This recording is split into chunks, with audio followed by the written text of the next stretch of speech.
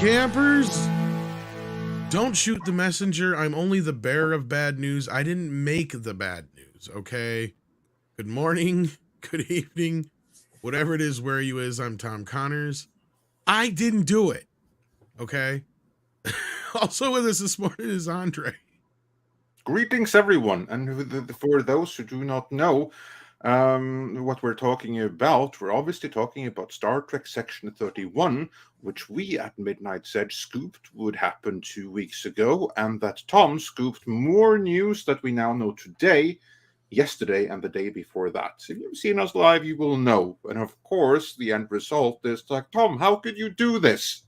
And Robert, poor guy too, has also been getting, I talked with him yesterday on the show. It's like, no, I don't blame you. It's not your fault. Like, this Section 31 thing came into being more so before Picard even dropped. But we'll get into all that. We'll get into that. But good morning, Andre. How are you doing? I don't know if you've been bombarded at all, but well, maybe I've been busy. I've been doing the next video. I mean, remember, like yesterday during the birthday stream, we talked about, hey, I'm working on this Jonathan Majors video. Yeah. Well, just finished recording that. So yeah, that's what I've been doing. All right. So also joining us this morning, we have the man with the hair, the main. That's right, Culture Casino. How are you doing? Hey, good morning, everybody. I'm excited. I had a real speedy 19-story 6-minute daily that involved very little entertainment news because, yeah, I don't have the scoops like Tom does. Tom's like the scooper duper super. I didn't ask for this. Okay, all right. Well, I do believe, like, didn't like Gandalf say something about like most great men didn't ask for the shit that came to them or something? Well, just in the last day, because I mean, it was the same source on the Yellowstone and Star Trek news, and technically the Jonathan Majors thing hasn't come to pass yet. But I mean, it's like, it has. We just we haven't been told yet. That's what I'm saying. Yeah, like it's like the elephant in the room at this point. I'm that sure now. That you're dead on with that one. So, needless to say, yeah. I've had a week with the scoops here, I guess you could say. Yeah, because it was exactly a week ago that I dropped the major scoop, if I remember correctly. Yeah, that was last Tuesday. So anyhow, we also have a northerner with us who I'm sure is watching the news diligently, wondering what's going on with the writer's strike, because he's a writer himself. Mr. Script Doctor, how are you doing? I'm doing well. They're most likely going to strike, but even if they do get what they want, it's still going to be bad news for us in the future because they are willing to allow regulation on AI-supported writing as opposed to prohibiting it. Well, let's hold off on that because we'll get into that. I want to hear your thoughts on it and what this means for the industry.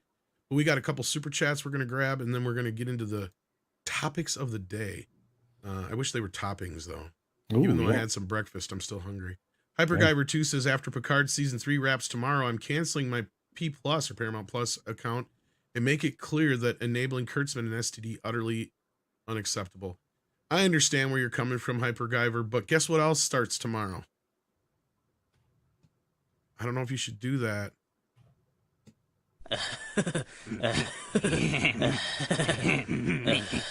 Season 2. And also that actually is like a really important signal is to watch Beavis and Butthead, because that is based and as unwoke as it possibly can get. I mean, that's the antidote to it. Season 1 certainly was. Oh my God, Season 1 was amazing. Probably some of the best Beavis and Butthead since it started, really, if you think about it. Or since they hit their stride anyway. Honestly, yes. Because I mean, they probably hit their stride, what, Season 2, 3, somewhere in there? Well, they're about. I do enjoy like some of those earlier episodes, you know, the banned ones that have never been seen again, like way down Mexico way and everything else. Oh, they're good, but they're rough, right? Like they're still rough. They're not quite Beavis and Butthead yet. But then once he kind of hit the ground running with like after the movie and stuff, it really was like, okay, now we know who they are. But anyway, we'll get into this STD talk, but there's other stuff on Paramount Plus, but hey, you do you, boo. You just make sure that they know. Let them know that that this is because of the Star Trek Section 31 and Starfleet Academy announcements that you don't want Kurtzman. Just make sure that they know that that's why. Because if you don't, they're going to think, oh, but Beavis and Butthead is on. They evidently must not like this based stuff. Let's go woke. That's the signal you're sending. Well, not just bit, but there's other stuff. There's 1883. There's 18 or 18. It's 1923. 1883 is over. Yeah, that's right. Yeah, I knew what I meant. Okay. 1923. Too many numbers. But there is 1883 as well. And if you haven't watched that yet, and there's the offer, which also is great. So there's some other things on Paramount Plus. I would say as far as the stuff they've got on there compared to some of the other places, outside of their Star Trek, they're doing pretty well. Dr. Longdongler sends a thumbs up. Thank you so much for that. Hit the thumbs up if you haven't already. Stony D is a member, and he says Alex Kurtzman is gifted school kid in the Far Side strip that pushes against the pull door. And Shaw are on a fan consumer PR silver platter, and Alex still insists on farting in their faces. Well, we're going to get into that here very shortly because we got a lot of news when it comes to Star Trek today. And Dr. Longdongler's also been a member for 17 months. Thank you for that. We got a member stream tomorrow, isn't that right, Andre? Yes, we do. Regular morning show time. All right. Miguel Farah says, I bet Section 31 will be so hideous that even a Section 68+1 porn parody would be better. Section 69. There probably already is one. In all aspects, I don't think there's any porn parodies of the Kurtzman era Trek. Oh, that's sad. Including story and character development. Well, yeah. I mean, it is sad. If porn doesn't think that there's a viable option to gain viewership from it, that's telling. Absolutely. Lost for Words says, why does Paramount always make the wrong choice when they are about to reset back to 2005? We had the exit in sight. Well, let's put a pin in the super chats and start from there on this whole news with Star Trek, because I hate to be the bearer of bad news. I got news the other day about Section 31 being announced, that it was coming through. And I've got a slew of other news since then. So Andre, why don't you lead off here with what the hell is going on? Well, Michelle Yeoh will be back in Star Trek Section 31. Now, you will recall that this was initially a series that Alex Kurtzman has threatened us with on and off ever since Star Trek Discovery Season 2. And this, obviously, right here is a Star Trek Discovery spin-off, just like Starfleet Academy. Both of these series are direct spin-offs from Star Trek Discovery, and this is something that your source also made pretty plain yesterday. Before anything had dropped, you were informed even that the title of these series would be Star Trek Discovery Section 31 and Star Trek Discovery Starfleet Academy. So how's that for a mouthful, for one thing? So basically what this is Kurtzman adding his stamp to Star Trek some more, completely redesigning it into his image, his dystopic, horrible image that everyone hates, that has caused the fans to flee from the franchise, that even caused merch sales of the originals to go away for a while there. That is what Kurtzman has done, and that is what he's going to continue to do. So obviously no one are too pleased with these announcements. And yesterday you learned more information, which today actually has made it into the Hollywood Reporter here. Because now suddenly Kurtzman is dividing his Star Trek into phases. So we already had phase 1, and here then comes phase 2. Tom, take it away from here. Give us some more detail. What is it that the Hollywood Reporter says, and how does it jive with everything that you had been told? Okay, well, before we get into that, we have another guest joining us, another Canadian, Mr. Paul Chato, and he looks all dressed up. Oh shit! In this. You're really quiet for some reason. I'm really quiet. Oh, now you're better. You're better Okay. now. Hello, everyone. Yeah, you're all Greetings. gussied up. Did you have Yeah. a meeting or something this morning? No, Mr. Canoehead came by to do the review on the last episode of The Mandalorian, and I just wore his shirt on the way back. Why are you in another man's clothes? Oh, boy. Because he had to drive back to Algonquin Park, and he said, "Take this for washing." And why are you wearing it? Because You're a fan. What? You're a fan of Mr. Canoehead. Don't you Yeah. help him. He's busted. Anyways, You're wearing another man's clothing. well, you know what? It's the morning. It's All the right. morning show and stuff like that happens. It is. So let's get into this. Yeah, keep article. going, guys. Thanks. So yeah, I got bombarded with this, and I sent all the info to Andre to cross-reference. And then we got this yesterday afternoon, and it was funny because the individual feeding me the info kept saying stuff about phases, and I'm like, yeah, Kurtzman's going through phases, I'm sure. Puberty. Yeah, you know, maybe, hopefully for him. Anyway, so set course for phase 2, according to the Hollywood Reporter. The next chapter of Alex Kurtzman's Star Trek franchise at Paramount Plus is beginning to come into focus on Tuesday.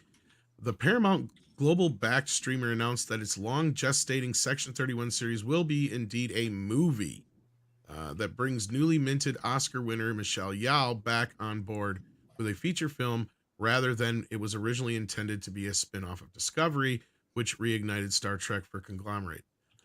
So basically they were under the same impression that me and my sources were, that this was supposed to be like a limited series because they kept calling it an event. So now I think everybody's starting to learn that for some reason they use that term from both special series and movies now over at Paramount Plus. But anyway, sources say that Kurtzman, whose secret hideout, and I'm sure that was Kurtzman himself considering the way this article started, whose secret hideout captains the Trek franchise under the 9-figure overall deal with producers CBS, and that's another reason why I think this came from Kurtzman, began to making his plans to convert Section 31 into a tentpole feature film for the platform last summer, as insiders were nervous about oversaturating the iconic property. The idea to shift to tentpoles kicked in after Kurtzman, sources say, saw Everything Everywhere All at Once and realized the role would likely earn Yeoh an Oscar. Okay, so Andre, do you want to translate that first 2 sentences of gobbledygook into what really is the truth of all this? Money. It's Okay. really the truth of the matter is that it was always meant to be a series. Alex Kurtzman always wanted to do a multiple season run, but Michelle Yeoh, she's an expensive actress right now. She's won an Oscar and everything. They can't afford a series with her, but they can afford for her to come in to do like a 90-minute special. Well, it's a little more complicated than that. Okay, this whole let's back this up for a minute here, because we know, like you just said, he's been trying to get this damn thing off the ground since the beginning of Discovery. Really, it's been embedded and seeded in the first season of Discovery. Yeah, this was supposed to be the first side effect from STD. Yeah, and Michelle Yeoh stuck around STD, I think, from what we had heard from our sources at the time, correct me if I'm wrong, Andre, and that's because she had the contract and they didn't have the show ready for her yet because they couldn't get the money together for the show. Pretty much, it's always about money or the lack of it. Yeah, and they kept telling him that if you don't get this show off the ground here pretty soon, guess what? Michelle ain't going to have the time to do it. And then also I was told that the only reason this show got the green light to begin with, aka the movie, not show now, is because she won that said Oscar. They gave her an executive producer role, and as you just said, Andre, she ain't got time to sit around for another 4 or 5 years to do a show. So anyway, take it from there. I'm sorry.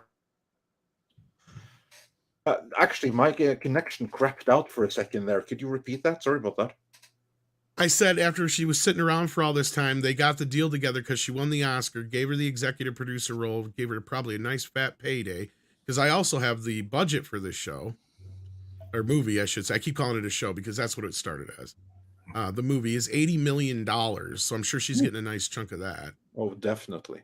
And we all know that the only reason this got the green light was because of her getting the Oscar. And as they said, this all came together between last summer and probably earlier this year, and it just finally got the go ahead. We all know why. And again, and this is why I say Picard had nothing to do with any of this shit. No, there are many that like to think that Picard is really what caused this, but it isn't. There is more to it. It's very easy to blame that, and of course, Kurtzman he can say, "Oh look how successful I was," but really, he's screwing that over completely because he has no interest in it. While Terry Matalas was away working on Picard season 3. Kurtzman was busy screwing up Clarice. He was busy screwing up The Man Who Fell to Earth, and he was busy setting up, championing, and lobbying for not Strange New World, but Starfleet Academy and Section 31. This is what he's been doing. This has been his plan all along. He doesn't care about Picard, certainly not season 3. To him, that was like, fine, you do that while I have my other stuff over here.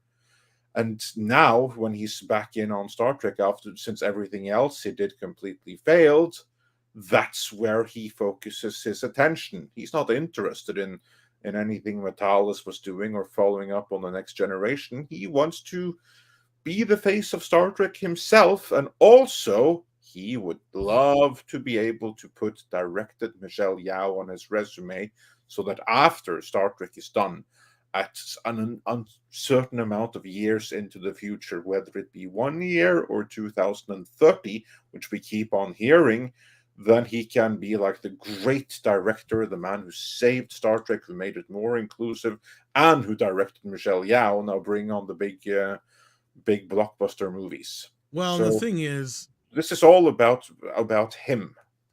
a lot of this stuff can be done, or at least gotten under, going while he's still under his initial contract. Because I'm starting to think this 2030 thing we keep hearing, and I don't know, I'm sure Script may have something to say about this or not, but that's his contract with CBS, not his contract for Star Trek. Because we have to remember that he has this is a bigger deal than just Star Trek with him. Well, then his individual deal must have been renewed, because that's what I'm valid thinking is until going on. 2000. But that one is good until 2026 as it is, so it would be really early to That's the Star Trek renew one. that one already. The Star Trek one expires this year. That was a 5-year deal signed in 2018, which would expire in 2023. His individual But he got that deal is good renewal. until Don't forget 2026. about that. That's why they were mentioning the 9-figure renewal. Remember, Yeah. he did get an extra couple of years there, and that I think goes to 26. Somebody correct me if I'm wrong. That's what I thought. Yeah, but the that's situation was. that 26. That's his personal overall deal. To the extent of which there's a renewal till 2030, that's the Star Trek deal. That at least is my understanding. But again, what complicates is because we have two different deals valid at the same time, and we have different sources with different access to information. So yeah.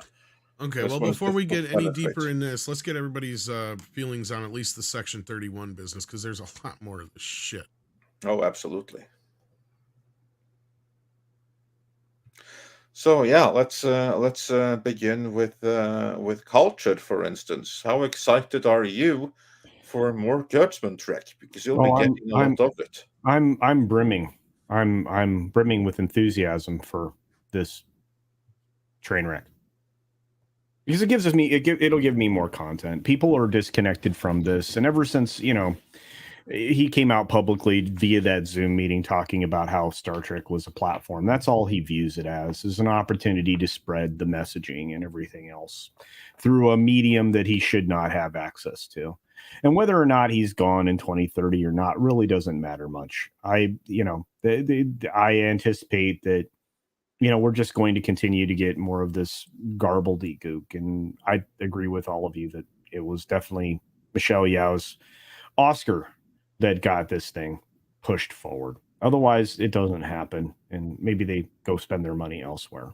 But excitement, no, I don't have any. I mean, outside of it maybe being content. Although I honestly can't bring myself to watch Star Trek anymore. So, we'll see. I think this is a financial mistake to the tune of $80 million. Just a thought. How about you, Mr. Chato? Are you excited for more Star Trek in the vein of Discovery? Because that's what this is. Well, there's several things going through my brain. Number one is, has Kurtzman learned anything from what Terry has done? I would say no. I would say probably he's mad enough to bury everything that Terry has done. That's more in line with what I have heard, certainly. Then the other thing that I would probably throw in there is a Strange New Worlds has been shot, and it's done. It's ready to go live. And I'd be really curious to see whether that has improved at all, because the first season of it, I just felt like the CBS executives going to Kurtzman and saying, please, dear Lord, just give us something that looks like fucking Star Trek, like anything. And even then it was kind of a half-ass attempt. You never got Una, Spock, and Pike together ever in an episode, which would be unheard of in TOS, right? Mm-hmm. And it was always the champions of representation and inclusivity that got the episodes. And so, yeah, I mean, to me, I could imagine a fake meeting between CBS and Kurtzman saying, just give us a bone, like anything, please. Okay, I'm going to go like halfway, but I'm still going to do all that stupid disco shit in it also.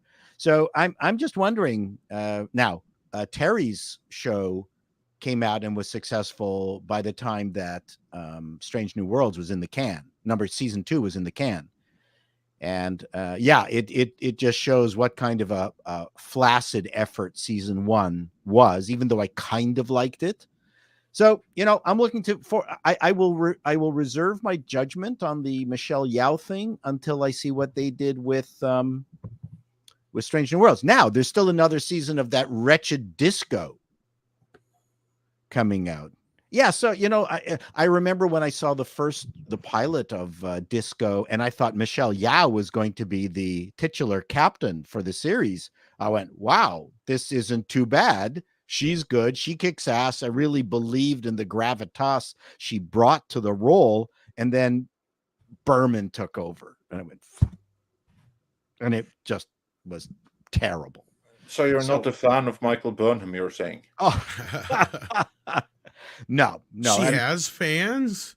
No, of course she has fans, and people absolutely adore her. Now she didn't write the words that she said, and it was the writers and the producers that turned her into a Mary Sue, right? An individual that had to constantly she was praised kind of born that way. You know what? But the writers can even turn a bad actor good. So maybe it's a combination. Oh, I'm not talking about the actress. I'm talking about the character itself. The character's horrible. That's what I'm saying. I don't know one fan of Michael Burnham. That's my point. Oh no, there's a whole contingent of representative and strong fans of her. I've read it. I've read them anyway. So those are my, that's my analysis, and that I'm kind of waiting for Strange New Worlds. It will be interesting to see whether Disco actually pulls out of its nosedive. I mean, it was kind of okay with Lorca, but that was a man. Forget about that. Sorry, that was a mistake. And yeah, so that's I'm kind of waiting. I'm always hopeful. Well, ask a script. Is there any reason for Mr. Chato to be hopeful? I don't know. Are you hoping to make a lot of money on YouTube criticizing the series? That's my hopefulness. Then there we go. I think that's justified. I just can't believe that Kurtzman will have not learned any lessons from the wretched Disco, the okay Strange New Worlds, and the superior Picard season 3. Well, it wasn't superior from his point of view. What this is him, you know what the last few days have been? And Robert Murray Burnett called this out, actually.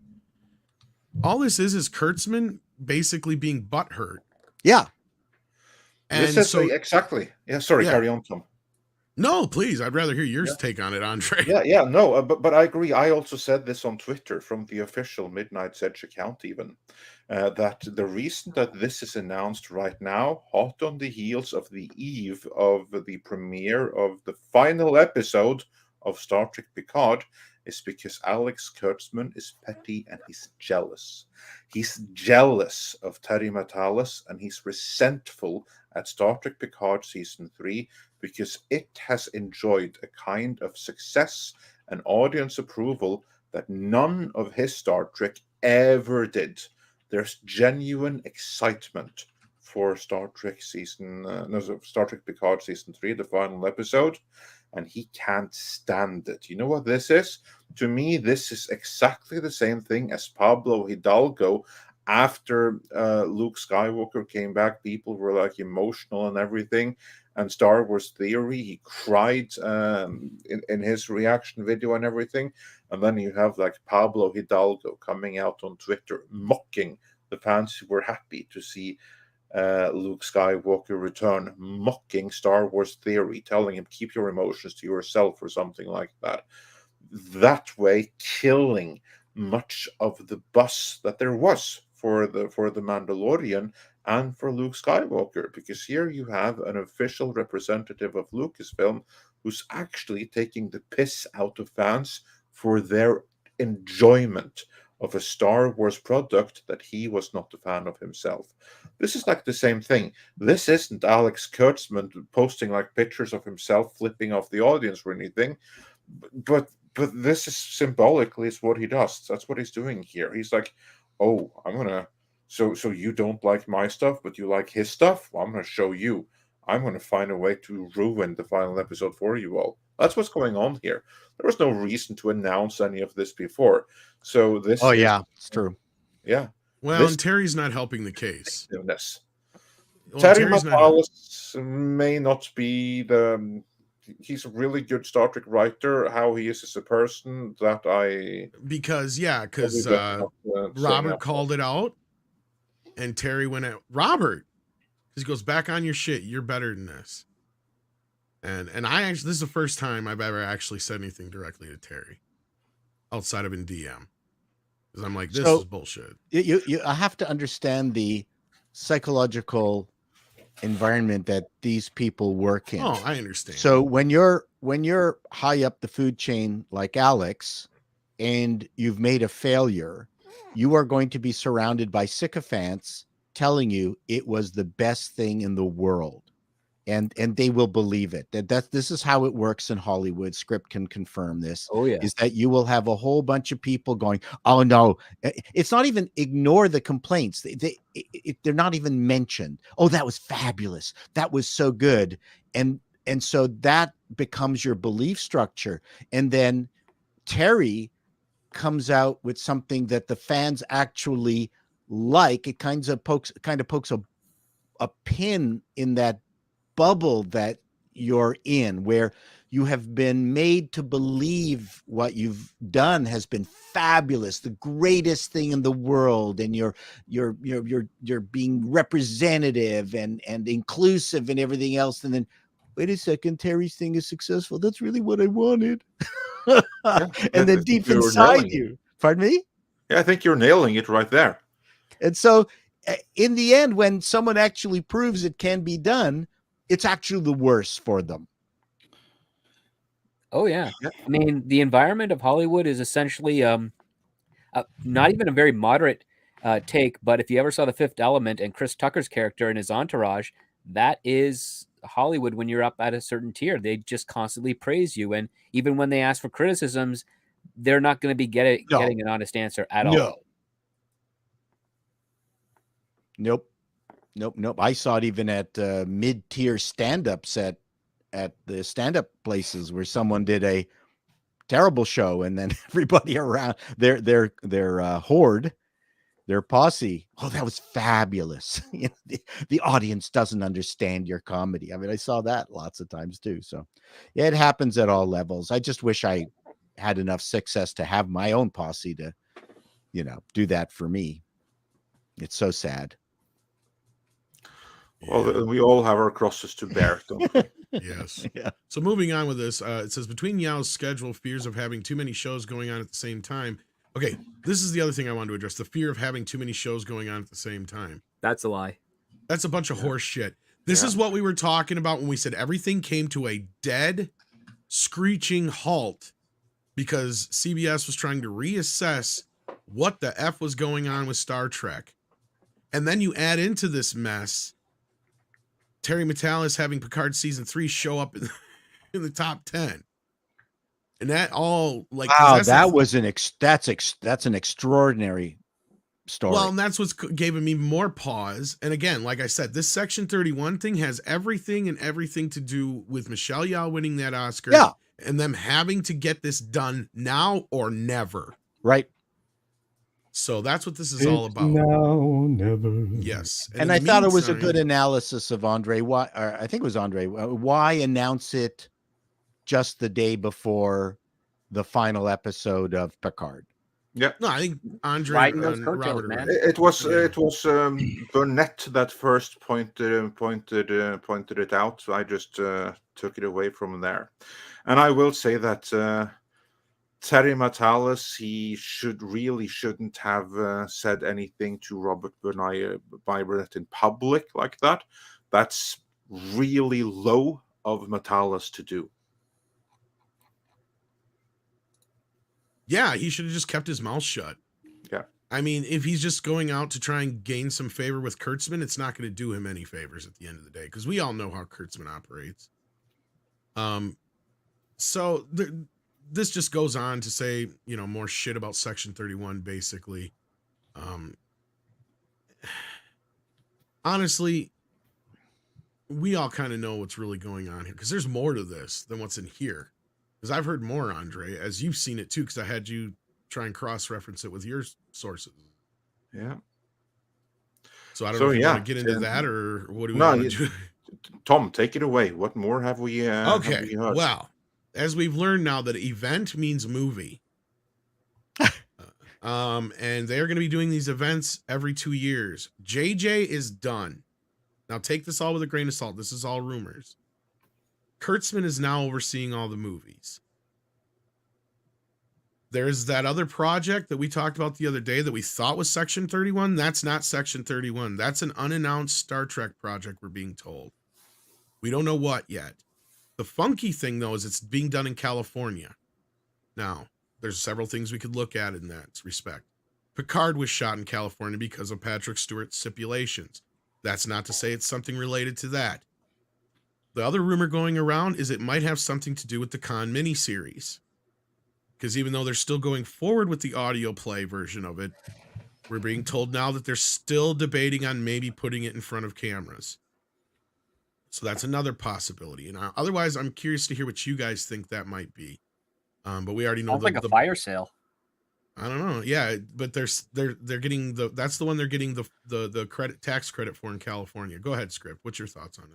Just sounds like they're trying to get as much into production as they possibly can to either titillate Paramount into maybe granting them more contracts specifically for Star Trek.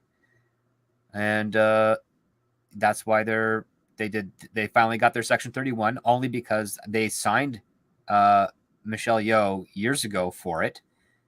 And now that she's no longer available for a series of anywhere between 13 and 16 episodes, I would not be surprised that Alex Kurtzman said, hey, we have her to contract. If we may not be able to get her for a series, but we can get her for a movie, and a movie is just as good, even though we're going to be spending maybe 80 million, 100 million bucks on it, probably.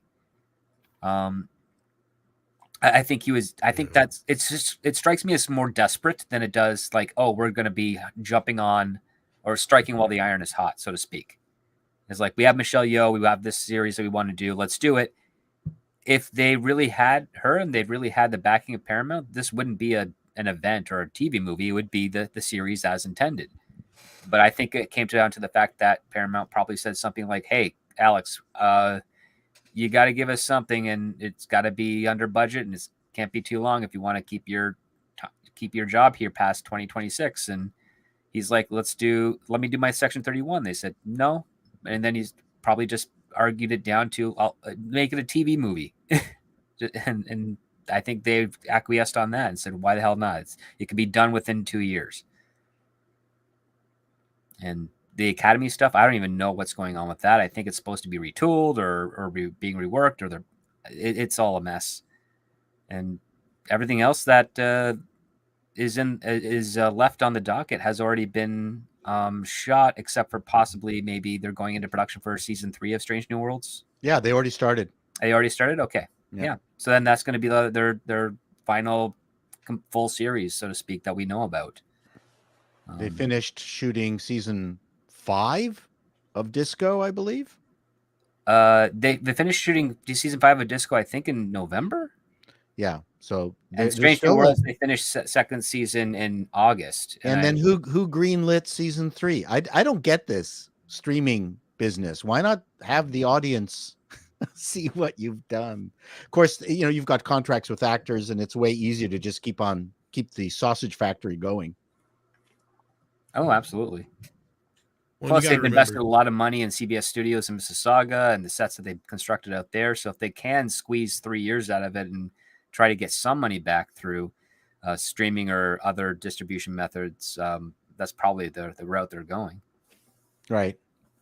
I mean, it's still whatever the robot, J.J. Abrams robot company are the ones who rented the space up here in Toronto. Yeah, Bad Robot rented Pinewood, Toronto for like 5 years, but they also leased out those rooms to other studios. Yes, which pissed off Pinewood. Yeah, and which I don't think they're back there anymore. I think they're fully over at CBS in Mississauga now. Yeah, and I think Pinewood has got the lease is up, and the Pinewood got those extra studios back. They were roaringly angry at Bad Robot. Oh, you heard about that? They supposedly, and there's no way to verify this yet, but they supposedly Bad Robot leased those studios for like 25% more than what they are actually worth to make a profit. Supposedly. Yeah, no, I'd be surprised if they didn't, to be honest. Yeah. Well, when Robert was on last night, and as far as the Untitled series or the unannounced series, he thought maybe it was Galaxy Quest, but I checked with my source and they said no, that's not what it is. So it's still something Star Trek related, or Secret Hideout related at least. And I guess the Strange New Worlds trailer just dropped. So the Galaxy Quest thing isn't happening? Well, there's only one that's happening left on it. That's happening, but I hear Chris Allen is. I hear that Chris Evans is replacing Tim Allen. Oh, wow, I wouldn't be surprised. No, it's happening. It is, but you're doing a joke. I get it. Yes, I know. Script got the joke. I can always count on him. Yes, and they just dropped the trailer for Strange New Worlds. So there you go. Oh, Kurtzman's bullshit. Yeah. Just as I was in the midst of this, yes. Oh Lord. There's more to this. This gets more convoluted, guys. So again, let's get Culture and Paul's thoughts on what the Untitled project could be in the rest of the Kurtzman business as we were. Oh, I'm lost. Me too. I have no idea. Wouldn't know. Okay.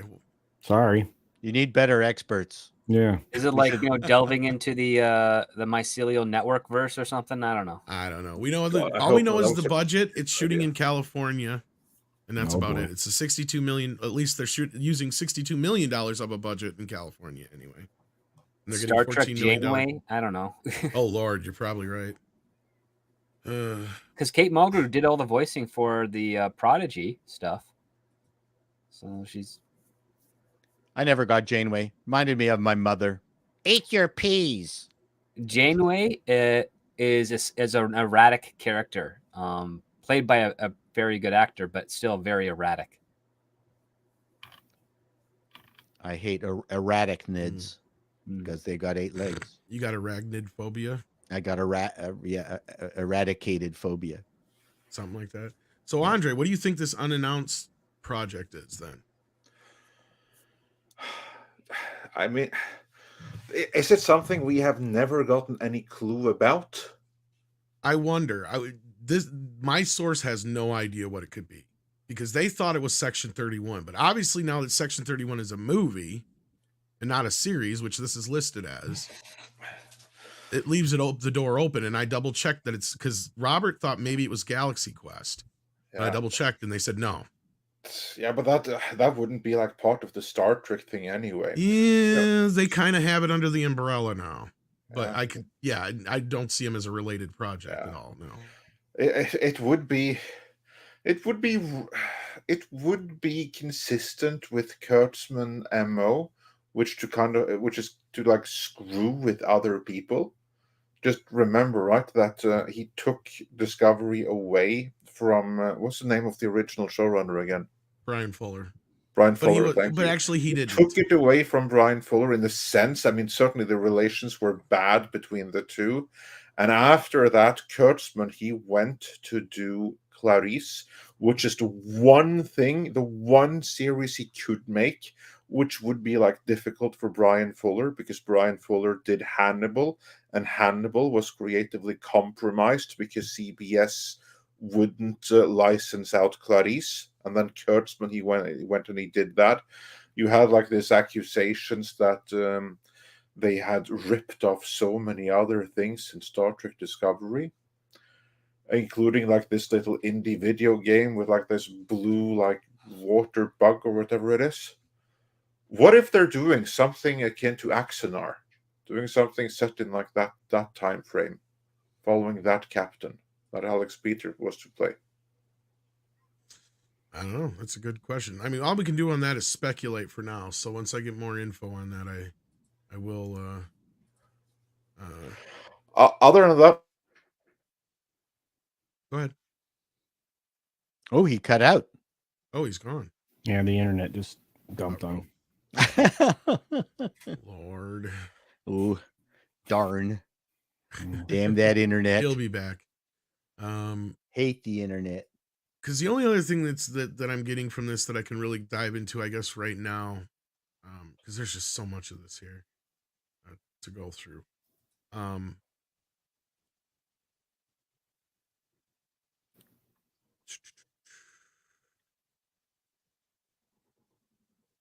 Okay, the other thing, I guess, that we could talk about. and I should be back again. Okay, yeah. What were you about to say? What I was about to say, I don't know exactly when it was that I disappeared from because from my point of view, it was you all that disappeared. But anyway, what I was saying is that when we were talking about the Kang series, I was like thinking of Mr. Chato, because you kind of like made the joke that if the new Batman movie, The Batman, if it had been any darker, it was going to be a podcast the next time. Whereas that's kind of like what the Kang series is, basically a podcast, an audio play. And that's ironic because that's something that there would be genuine fan interest in. You know what? So if Kurtzman is behind it, whatever this new series is going to be, if it's going to be something that fans actually want to see, it's not going to get the proper treatment. You know what I would like to see, though? I would love to see a follow-up and the conclusion to Star Trek Enterprise. Go back in time to the original Romulan War. That's what I would hope it is. So it's definitely not going to be that.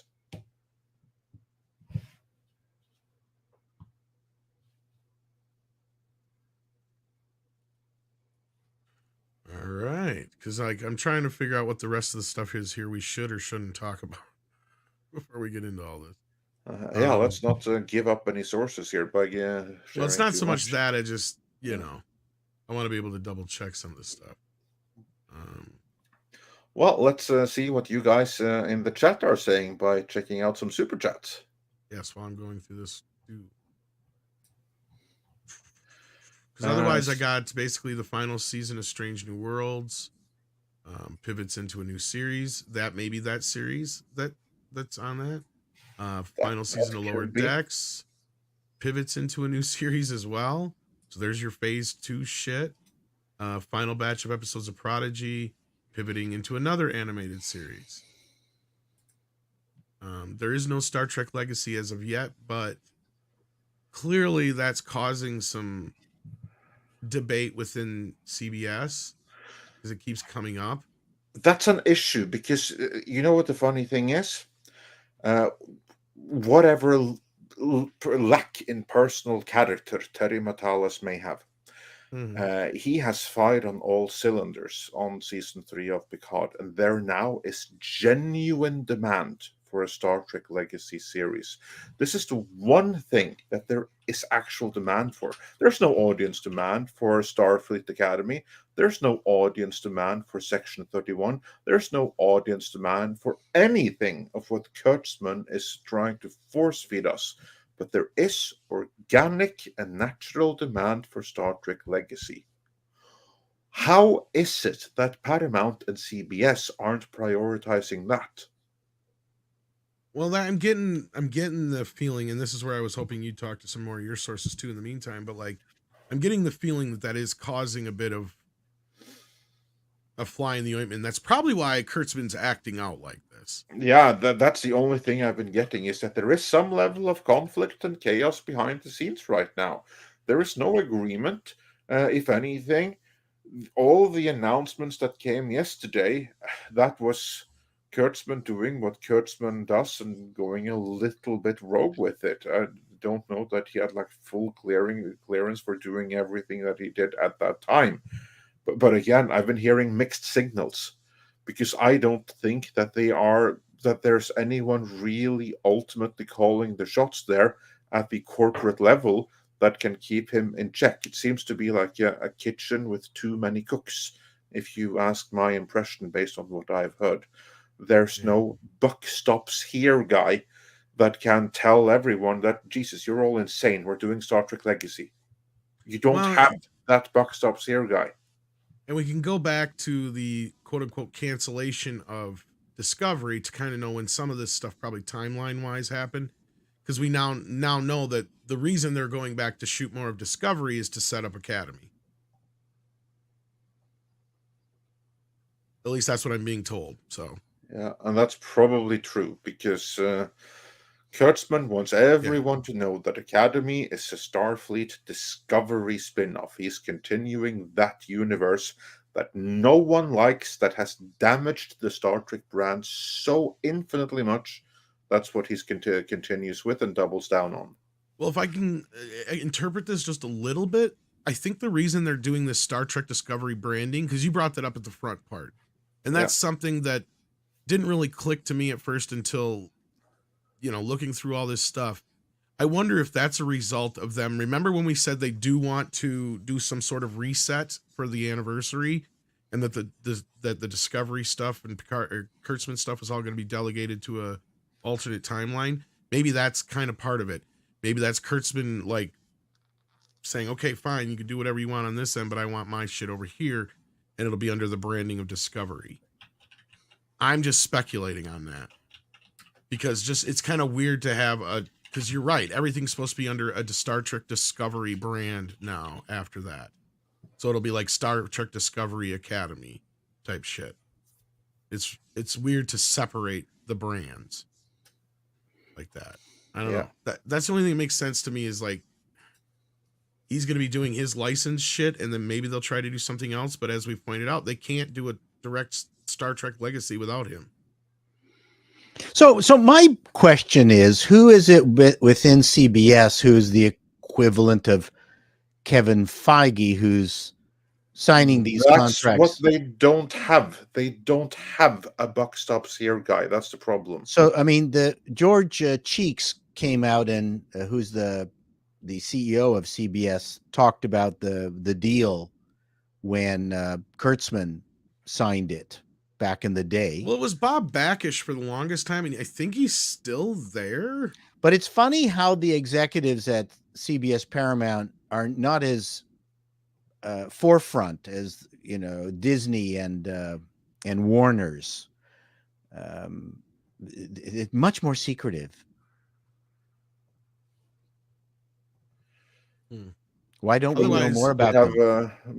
How come we're not doing endless videos about them? That's what I want to know. Well, they have a because you got Brian Robbins, who's actually the head of the studio. And then Bob Backish was somebody who was higher up, but then I have no idea where he's sitting anymore, because I thought he was going to be leaving, but now he was still there, I believe, overseeing certain productions. Yeah, I'd be curious to find out who is the executive in charge of production overseeing Kurtzman's efforts.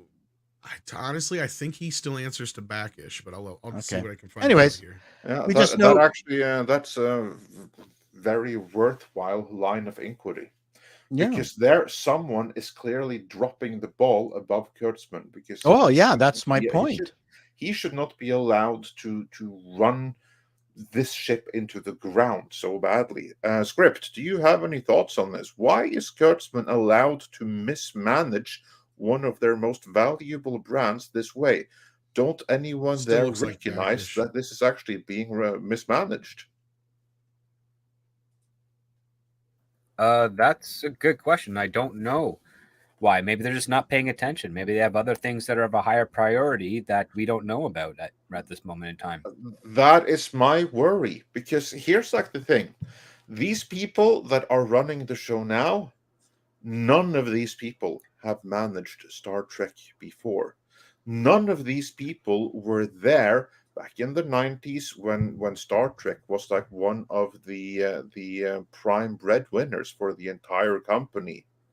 They have come to the company in a time when Star Trek was like this niche thing from a different world, subject to rights issues and stuff like that, something they have never had to deal with, and that they have never had any kind of like experience with what kind of a gold mine it can be when it's managed properly. Well, they had Emma Watts. There's no one there that recognizes that, and so they think that Kurtzman is probably doing fine. The point that you have made a couple of times, Tom, is that from their point of view, Kurtzman is doing them a favor managing Star Trek so they don't have to. Yeah, and even when the one person who spoke out about it was Emma Watts, remember? Yeah, she was the one who said, we can't be spending this kind of money on fucking Star Trek. It is not a $1 billion franchise. And she was the one who pointed out to them that these movies that J.J. Abrams made cost more than the old ones and didn't make as much. Yeah. It may look like they made more because of inflation, but when you actually factor in the inflation, those movies cost less and made a hell of a lot more for the studio. And that's why they made 10 of the Bastards, right? Like, they just kept pumping them out. They were basically the Friday the 13th of sci-fi franchise. Yeah, pretty much. But all those movies were amortized. That was the big difference here. And that's where Kurtzman never made sense to me, because from what we learned from Robert Meyer Burnett talking to Brian Fuller on Discovery, he left, Berg and that other person took over, and then Kurtzman came into the picture. And the problem that came between those two butting heads was that, aside from Fuller already being, I think, busy with, what was it, Gods and Monsters or whatever the name of the show was, his budget was too high, according to what Moonves was saying. So then what sense does it make to have Kurtzman come in and make it the most expensive show of all time? To me, something happened in between there. Now, people tell me that the Netflix deal happened before that, but I'm not sure that the Netflix deal didn't come with Secret Hideout.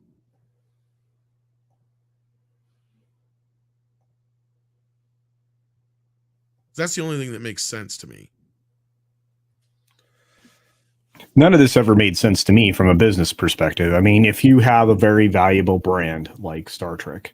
Well, the other problem is if Backish is still there, he was part of the problem for the last 10, 15 years or whatever. There's no arguments there. My whole point, though, is that this is an incredibly valuable brand. This is one of your most important media brands if you're Paramount for television purposes, right? So why are you not keeping a closer eye on how it's performing? This should be the superstar of your streaming platform, and it just isn't. So from a business perspective, you put somebody in charge of it that has a track record of doing good things that are widely accepted by the broadest possible audience. That's the exact opposite of what you get out of anybody that's affiliated with J.J. Abrams. Anybody coming from his family tree is going to give you deeply divisive and often at times incomplete content, because it's just what they're known for. Well, Sorry. Go ahead. I sent Andre an interesting article the other day about all these executives and people in Hollywood who are costing Hollywood a buttload of money, but aren't really producing anything of any real value. And I'm surprised Kurtzman wasn't on that list, because guess who was on that list? Andre, I'll give you the honors if you'd like. J.J. Abrams? Correctamundo. Man. So Hollywood is starting to wake up to these guys. It's just a matter of time, I think. And Paramount, I don't know what's going on over there, because Brian Robbins seems to have the right idea on certain things. I'm starting to wonder if it's not the middle management people like Backish and all that shit that are fucking this shit up. Yeah, what is clear is that it's a big issue that there's no the buck stops here guy that's properly in charge and that's able to say that this ain't working. Honestly, what the studio needs is someone to come and clean up, like David Zaslav. Well, actually, you know what I would do? I would put the guy who's in head of MTV in charge. Chris McCarthy, it looks like. He's the guy. Because this is the guy who probably brought you Taylor Sheridan. I think he is the guy that did that. He should be in that role. It sounds like Script knows what I'm talking about. So, well, I mean, he brought in Taylor Sheridan. I think he was one of the backers for Mike Judge's return. Yeah, he got that deal with them made, which was they tried for 20 years to get a deal with him practically. Pretty much. Put Chris McCarthy in charge of all this shit. See what he can do. Because Bob Backish ain't been able to pull it off for the last 20 years. Well, that's for certain. That's my take. But let's hear what the former TV executive has to say on it. I'm just staggered by all these network executives who are afraid of these incompetent producers. I don't get it. I'm just not getting it. Maybe Kurtzman and all these individuals have collected so much Hollywood coinage, power, whatever you want to call it, that I don't know. I completely am flummoxed by these decisions. Well, I have a feeling we'll have a video that's going to break down all these rumors we've heard a little bit more in detail, because again, I want Andre to be able to vent these through some of our other and as Script says, the number of people with the quote unquote experience, even if it's incompetent experience, I guess maybe that's just it gives them some comfort. How many people have Kurtzman's experience in Hollywood? Well, that depends on exactly which experience you are referring to. If you mean experience as in doing movies, being a showrunner, many. If you mean experience as in being a proper con man from the J.J. Abrams School of Conning, not that many. No. I get what Paul's saying. I will say this, Andre. He's right. Kurtzman is like a doctor. He's just Dr. Kevorkian. Right. That's the problem. Yeah. He's Dr. Mengele. He is a doctor, but he's a doctor. He's not quite the doctor you want. No, that's my point. There's just some weird. I mean, I would love to be able to talk to people who are afraid of him, or basically, like where does he get his power from? He should be gone. But then again, who replaces him? Well, and here's the thing with him is, and we've pointed this out time and time again, it's not so much that he has the power inherently, it's the fact that he has the ability to pass the buck, right? Like if anything ever goes wrong, he knows.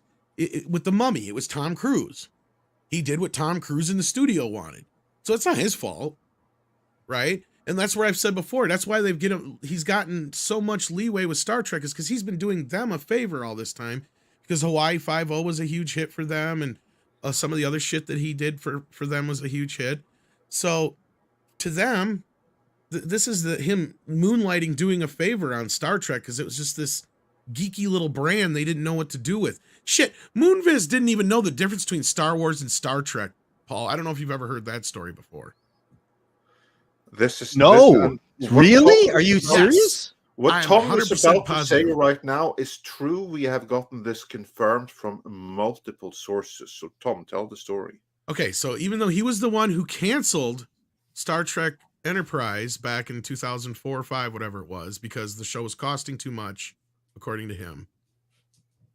When he and his He wife was the one who put it on UPN. Yeah.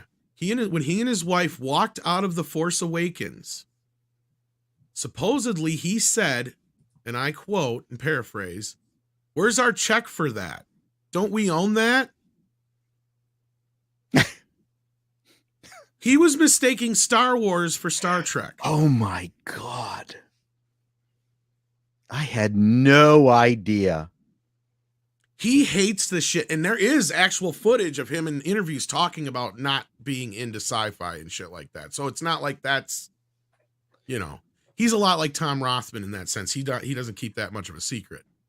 But I don't think he'll ever cop to not knowing the difference between Star Wars and Star Trek, though. That's hilarious. Unless you're a fan of Star Trek and this is the guy ultimately in charge of it, then it's not so hilarious. And that's why we are where we are right now. Tragic. Sorry, Yeah. tragic. But that's kind of like the thing that that through this dunderheaded corporate split, Paramount, that were always the ones that have managed Star Trek well, they lost it to CBS, who didn't know what the hell this was. That's how Moonves got the hand of it in the first place, and he mismanaged the hell out of it and canceled it. And then it stayed with CBS, who didn't know what to do with it. And there was no more Star Trek on TV until, again, Moonves decided, I need some kind of like stupid content that stupid people will watch on my amazing Techie streaming people, service, you know, CBS nerds. All Access. That was his point of view. That's why we got Star Trek Discovery to begin with. Well, and He actually, needed yeah, to because Star Trek exploit it for streaming. wasn't the only casualty of that. Because for those who don't know, real fucking quick, because we have a video that breaks it all down. But there was this split between Paramount and CBS back in the day. So anything that had television and movie properties got split as well. So things like Star Trek, Odd Couple, Mission Impossible, all got split up at that point. So it wasn't just Star Trek, it was everything down the line. So that means basically CBS had to license out shit to Paramount to make a movie. It was a fucking mess. So we do suggest checking out our coverage on that, though, if you want to deeper dive into that, Andre. But go ahead. Sorry. Absolutely, yeah. No, that's the gist of it. But it was one of the stupidest thing in history. Yeah, let's see what the folks are saying. Yes, let's see what you are saying in the chat. I think we got this one already, but we'll read it again. I bet Section 31 will be so hideous that even a Section 68+1 porn parody would even be better in all aspects, including story and character development. Yeah, because we're joking that they wouldn't even make a porn of this crap. Well, I mean, it would be like a lesbian special or something. But, yeah. And then I think we got this one as well. So thank you, Warrior Seeks Phantom says, why does Paramount always, when they were about to reset back to 2005, we had to exit in sight? Yeah. And then Lost Warrior also says they reduced Oscar winner to dementia Bruce Willis, Russian citizen Steven Seagal, and post-prison Wesley Snipes' careers. Okay. I think he's talking about how they've taken Michelle Yeoh, who's just a recent Oscar winner, and basically put her on a straight-to-streaming movie. I see where he's coming from there. Yeah, this is not good for her career. I mean, she's already done this. This is a step down. Doing like a made-for-TV movie that's not going to have any viewers. But it was a contract she signed years before she won that Academy Award. Yeah. So she's stuck between a rock and a hard place. She could break it, but there might be some penalties to that, depending on how well she negotiated or failed to negotiate. Sounds like to us there was negotiations involved, but she got the executive producer role or whatever it was out of it. And so, yeah. I'm sure she got a nice payday. Because it's $80 million budget. I bet you she got a good portion of that. Most of that's probably going to go to her. At least not most of, but certainly the single largest expense is going to be her paycheck. My guess is somewhere between $8 and $10 million to go directly to her. Yeah. Unless anybody has any debates on that, we'll move on. Waltman says, so Tom, were you able to skim through Clownfish's video I sent you the other day about talking points that Disney sent to influencers? No, I have not yet, Waltman. I have a somewhat idea what you're talking about, but I have not got a chance to check that out yet. But I'm not surprised that Disney would do such a thing if it was true, because it's Disney. We already know just from the uniformity of their quote unquote reactions to movies after screenings. When you go to the Access Media, they're always the same reaction, because they clearly give them talking points most likely. So I don't know. What do you guys say to this? Anything? Did anybody catch this video yet? Not seen it yet, so I have no clue. Sorry. Nope. Not even interested. Sorry. Nope. I'm on the no. We're a lot of uninformed pundits you have on the panel today, Tom. Well, I understand, because I don't have time to watch shit.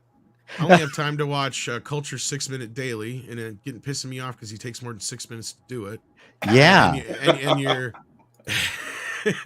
It's and your inflation. videos.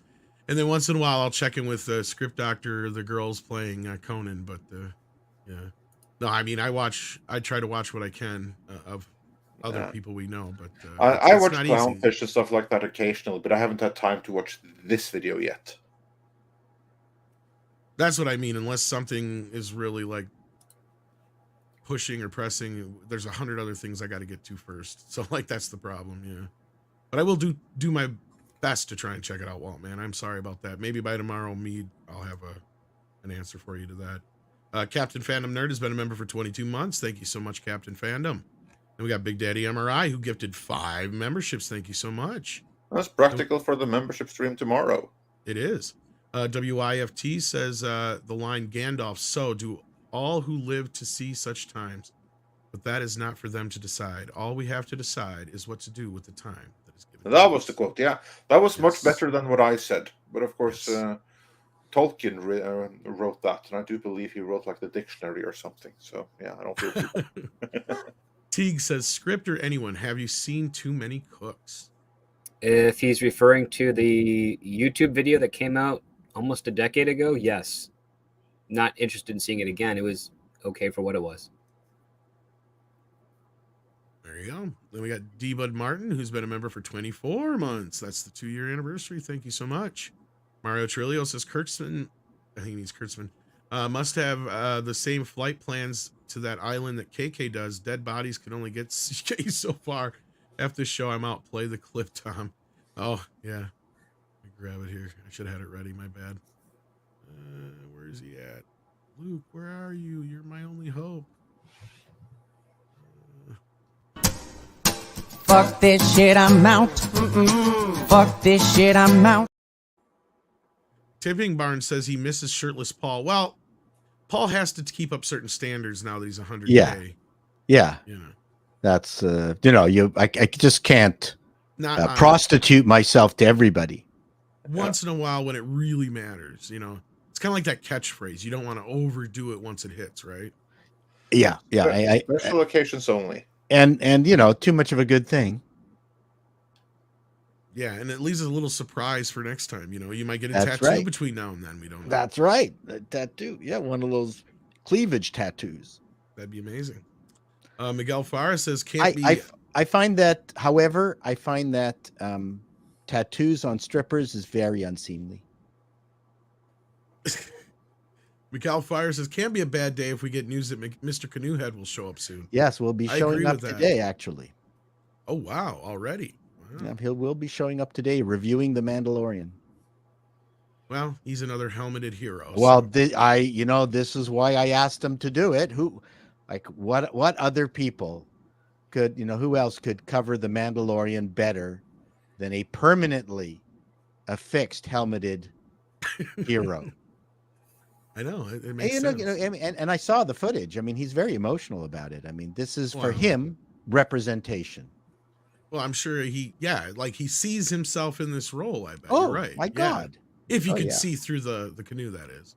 Well, I mean, he has to see everything on his phone stuck in the under the Oh. canoe. He just sticks it up. Well, I suppose. Yeah. Yeah. Well, it's kind of like surround sound, though. I suppose. That's true. You're right. It's 5'11", 501 51. That's a good joke. I 551 wish surround I wish I thought of that. That's a, There's time Well- to edit it in, Paul. yeah, the Rewrite. Well, the 5.1 video is surround not up sound. to scratch. The audio is quite surrounding. It's like I'm sitting in a Dolby Atmos That's theater. right. IMAX. That's funny. I'm gonna write that down. That's pretty. See, I can write a few good Yeah, jokes. you're once in a good. while. That's good. I like it. Lost Warrior Seeks fandom says, does the Kurtzman plan happen, or is he spitting in the wind with more oversight and performance? Also, Kurtzman never made a profitable movie. Okay, well, the last part is probably true. Oh, definitely true. I think it's kind of spitting in the wind, but it doesn't matter because as long as the money's there, he can get shit done. Well, we and know- it's not like the CBS execs aren't giving him network notes. It's part of the business. It's one of the most horrific parts of the business. I mean, this the one good thing that we can at least enjoy is the fact that Kurtzman has to deal with network notes. and I don't think he cares. I don't know that he really does so much either, because when you look at what kind of like divisive, hateful show it's been, what kind of management it's been with CBS and Paramount, everything, all the chaos there behind the scenes, I think that everyone above him have been running around like headless chickens, and it's been more of like a financial thing and get the views up, and I don't think that he's had to. I don't know how many. My he's had to sense deal with. is I've never not experienced network notes. Yeah. And so, if we've got an incompetent Kurtzman, this is one of the things one of the reasons I was asking about who's the executive in charge of production, because I think that individual is also giving incompetent notes to Kurtzman. Absolutely. That's my because- thought. Because what we do know is that on Star Trek Discovery, every season is a retooling from the season before it. Yeah. That's obviously like network notes right there. But those notes are probably fix it, give us money. I Well, don't and we know know how what the much more original specific notes they are. were. Don't make it so old timey. Make it more like JJ Trek, right? Like those were the earlier notes. Don't make it all about people talking all the time. We want more action. Make it a little more adult. And you know what's funny is Script has forced me to do some homework and watch about 6 Star Trek spanning TOS, TNG, and Enterprise, and the dialogue, especially in TNG, the shows that he asked me to look at, was gripping. Mhm. Just fantastic. Well, some of the best episodes are when you've got like 2 or 3 characters that are having verbal battles more so than battles with starships. Well, because you're stuck out in space, you're spending more time talking to each other than battling, humans with prosthetics on their head. And TNG towards the end was doing it extremely well. And even the Enterprise one was okay. That was pretty good. The TOS stuff was of its time, but we could have gotten more quality dialogue out of Disco that was in the best of TNG, I would have been happy. I think everybody would have been happy. Yeah. So Well, So that that would have means- been better, but sadly, there was a different caliber of writers working on the show in the 90s than now. And I can understand people going, wow, yeah, the JJ Star Trek, that's what we want. Cowboy Star Trek, that's what we want. Ride into town, shoot up the town. Yoo! But that's because they were idiots. They want killer monster in the dark who's fucked up on mushrooms in Star Trek Discovery. Yeah, I didn't enjoy. I mean, I enjoyed the casting of the JJ Star Treks. I thought that was good, but I didn't enjoy the movies. Urban was great. Pine was good. Saldana was Yeah, the cast is hot. pretty spot on for the most part. It was just everything else. That's what Tarantino said too. Did he? Is that what he said? Oh, you've never heard the Tarantino rant on Star Trek and he ousted JJ? Oh no, that Oh, would we'll be have to fun. play that for you sometime here soon. Maybe, Oh, maybe that if would we be got time great. today, we'll get to that. Let's get through some super chats. If we can get through some super chats, then maybe we'll have some time for it because we got some other topics to get to. Darren Hughes says, howdy, Midnight's Edge. A belated birthday to Andre. I think he would say thank you, but his internet. Thank you so There much, he is. Darren. Much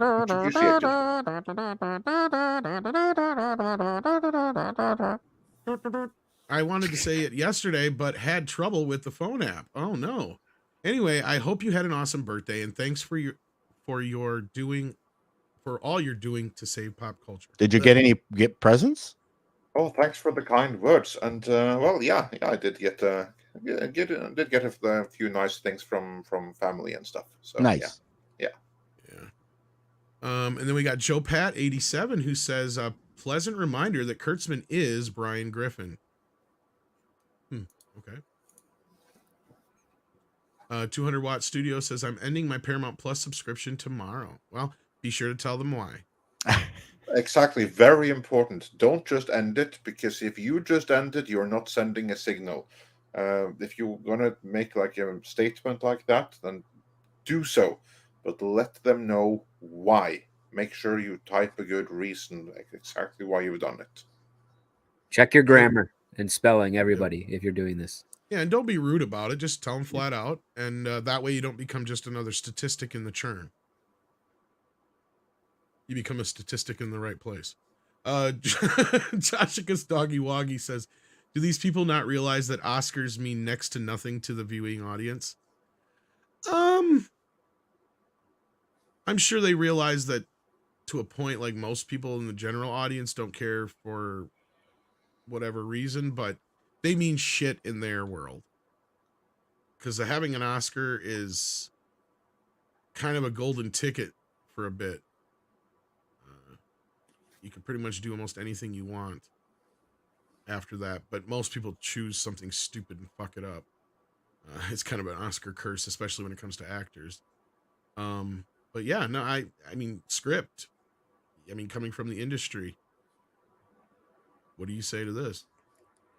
I've always viewed Oscars to be the equivalent of an office Christmas party with reward celebrations. It's a circle jerk of sorts. It has value to a degree for a short time after the event, but in the long run, it doesn't always work unless you yourself are on a lower tier and you want to get someone that has an Oscar associated with them to help finance your project. It's really a bottom down advantage for people if you have the Academy Award. Not so much for people at the top. They don't care because they're at the top. Yeah, you gotta prove your merit.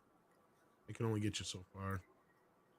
Maverick Christian says Disney cast a black actress for a white character, Ariel, and a light-skinned actress for a dark-skinned POC character in Lilo and Stitch.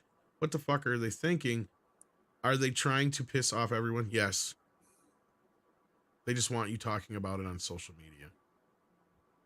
Because then you're talking about it. They don't give a shit. Really. I've seen all these arguments about it. You know what I say about the whole stupid thing? It's stupid.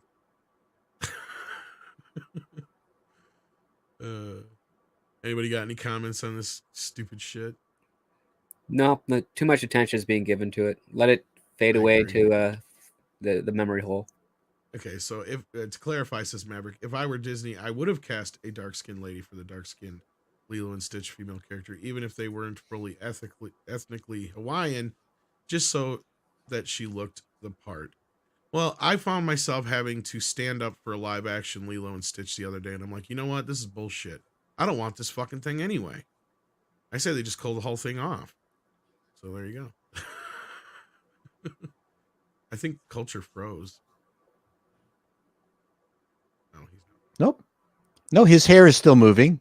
The rest of them isn't. As long as there's life in his hair. That's all that matters. That's right. Gelfling is here and sends in £4.99 and says, I'm thrilled by the thought of more Kurtzman Trek. I'm so excited I might just slip into a coma. I know, right? Yeah. Ghost in the Photo has now become a new member. Thank you for that. Pilgrim Media says, what's the long game for Disney after Shark Jump? Oh, well, to change, I guess, topics here for just a few minutes, since Guardians of the Galaxy is on the topic for today. What is the long game for Disney here? Because it's looking like Guardians of the Galaxy might bear the brunt of some of their bullshit. Yeah. Isn't it, Andre? It does indeed look like that because now we have some long range, well, long and long, but some box office forecast for Guardians of the Galaxy Part 3. You know, the closest thing that Marvel has to a sure thing up until Deadpool 3 in a year and a half from now. Like, this is the one thing that they have in the next year and a half that is as close as possible to this is going to be a hit. And now you have box office forecasts that suggest that it's not going to be a hit. It's going to be another flop. It's going to be another underperformer. Why? Well, the analysts, they haven't really said so, but the obvious reason is, of course, damage to the Marvel and Disney brands. The audience no longer believes in it. And so Guardians of the Galaxy, which was universally beloved at the time of the previous movie, it's probably going to underperform. Culture, you've been following this story, I'm sure. What can you add to it? Well, I mean, they've been trending downward since this film made its first teaser trailer. Even the trailer that was presented to the public at large wasn't received with the same kind of enthusiasm. If you look at the projections going into this, they're looking at a very meager $125 million opening at best. That's not good. And that, of course, I'm talking about domestic numbers, but globally, my anticipation is this is even received even more poorly. And if you compare it to the second film, which opened to 146.5 million domestically, obviously it's falling short there. I'm actually thinking that the $125 million is more optimistic than it deserves to be. This thing really is trending the wrong direction, and it's again all Disney Marvel's fault because they are delivering poor products and the audiences aren't going to see them anymore.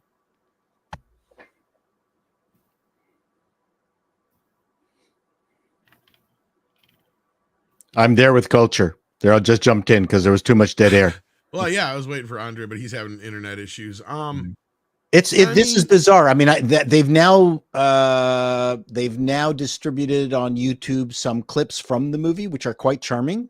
Yeah, and I like the clips I've seen so far, and I think that's a result of trying to increase interest in the movie that's been failing. It seems to be quite a charming little movie, and quite likely I think it's going to open and get better reviews than people anticipated. But yeah, culture is absolutely right. The Marvel brand is so busted that even the good Guardians brand is not able to bust through it. But yeah, and here it should be pointed out that 125 million opening for every other movie, that is excellent.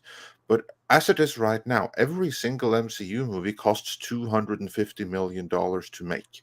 And at the production cost of $250 million, which does not include marketing, promotion, or anything like that, 125 million opening isn't good. You need more than that, and you need sustainability, and you need legs. What this 125 million opening shows is that there's been brand damage. And also remember, 125 million today isn't the same thing as 125 million last year, let alone the year before that or 2 or 3 years before that, because we have this thing called inflation right now, which means that opening to 125 million now, well, that's the same thing as opening to, I don't know, 110 million at the time of the previous Guardians of the Galaxy movie. This is trending the wrong way. This right here is going to be the fourth Marvel sequel in a row to open to less money than the previous installment of the sub-franchise. That ain't good. That's franchise. Well, Ant-Man technically opened. Well, I mean, if you're talking about Marvel as a whole, yes. Marvel as a whole, yes. Yeah. Because actually, this should have I would have predicted this would have probably opened up in more in the range of Doctor Strange, but go ahead, Culture. I'm sorry. No, all I wanted to add was, and Andre was pointing out the difference because of inflation and other issues, and indeed increased ticket prices. But when you look at this, the previous film in 2017 made 146 million open domestic, right? That would get you to the $300 million that they're hoping for, to at least try to compete globally from the 2017 project that was Guardians of the Galaxy Volume 2. They're not going to be able to do that here. If you're trending towards 125 million or less, and mind you, less is possible. That's what happened with Ant-Man and Wasp: Quantumania. You're doomed.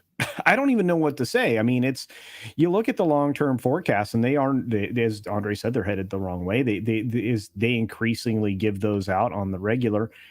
They're headed the wrong direction. Long-term on this this thing could open at 100 million. Would that be disastrous? It opens to 100 million domestically and 120, 130 million internationally, and that's your start. And if word of mouth isn't good, this is not going to have any legs. This is going to be as bad, if not worse, than Ant-Man and Wasp: Quantumania. And this is supposed to be the only opportunity this year you have for something to get to $1 billion. Wow. My thoughts, just based on the clips, is that it's going to be a much more interesting movie. Like, it's going to be a good movie compared to Ant-Man. Ant-Man was just a bad movie.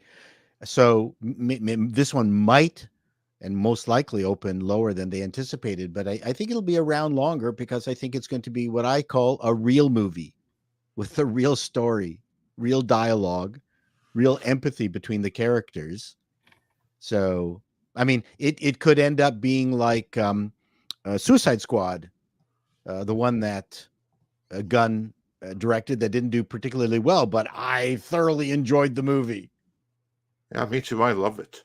I thought it was a movie. It had a beginning, middle, and end. It made sense. You had Stallone as a shark. It should have done way, way better. It was a very, very funny movie. It was, yeah. So, but sometimes the situation is what brings you down. That happens a lot in Hollywood.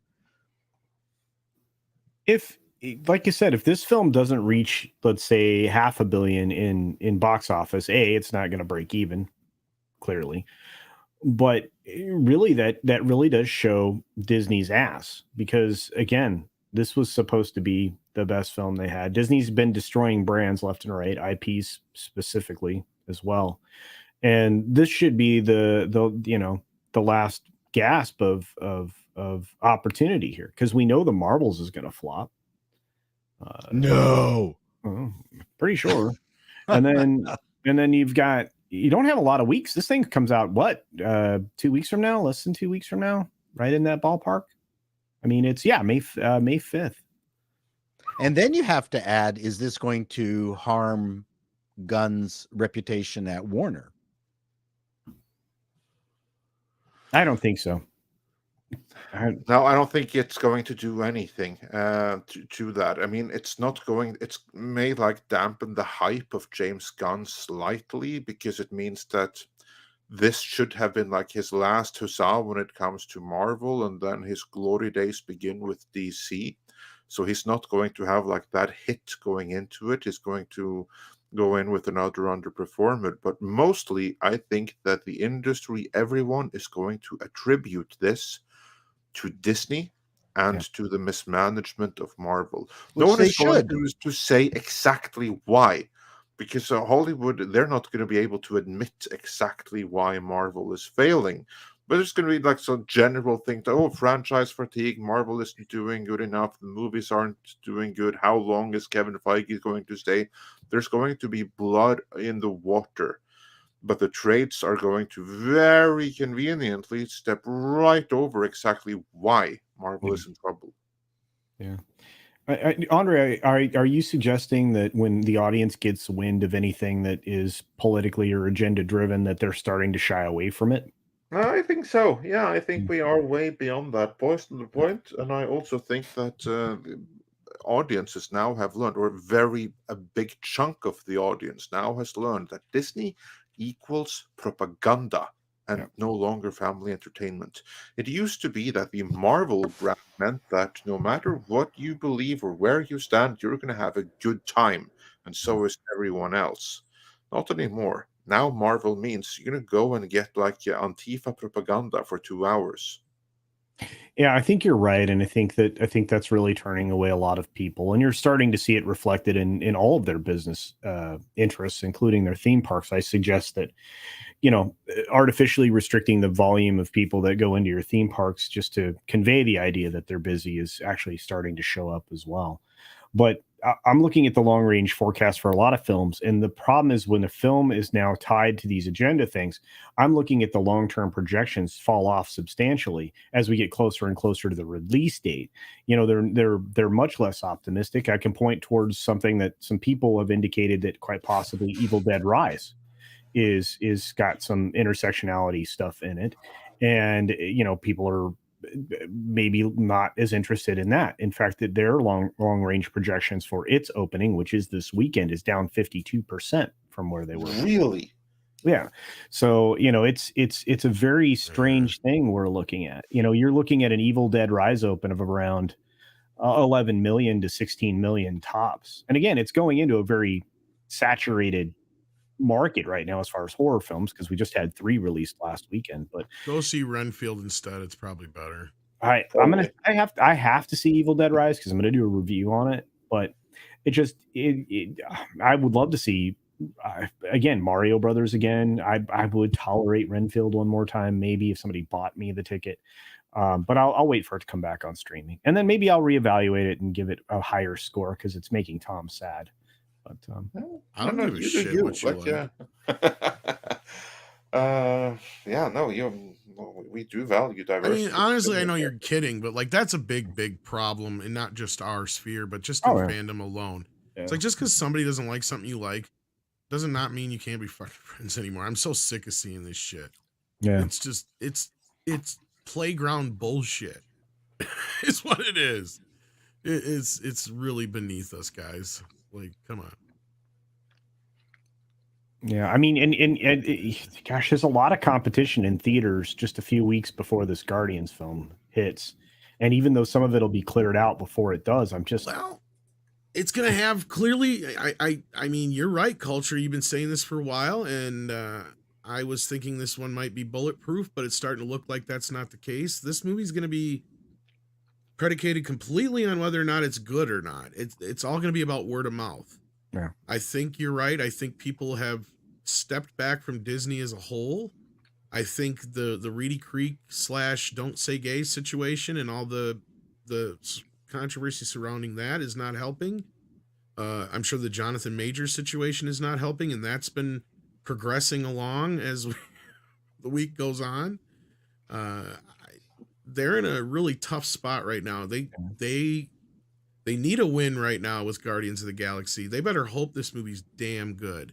All I know is that Bob Iger and Disney and Feige and everybody involved with this really need James Gunn to have delivered a winner right now. So they better hope it's good. But if it's only one level of reprieve, right, and then we're right back into like the complete collapse with Marvels and stuff, it makes little difference. And again, you can't go back. You can't go back to the well again with Gunn because he doesn't work for you anymore.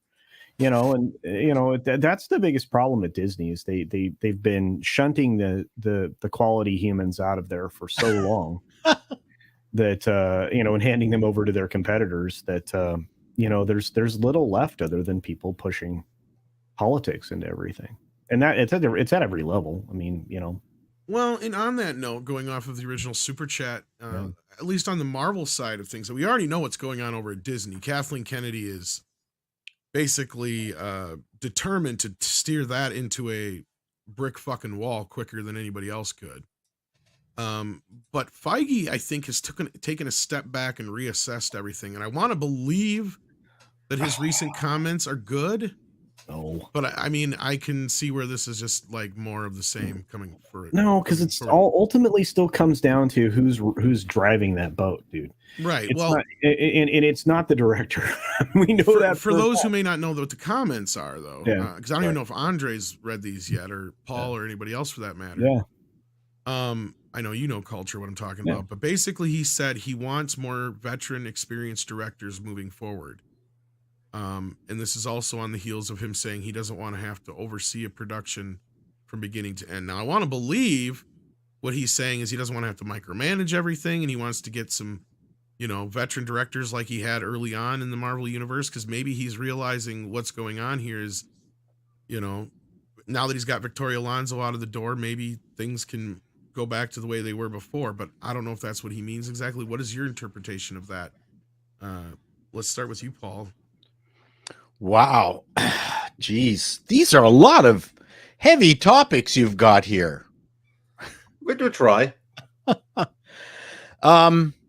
Yeah, no, I don't have this is just above my pay grade. All right, we pass it on to Script Doctor.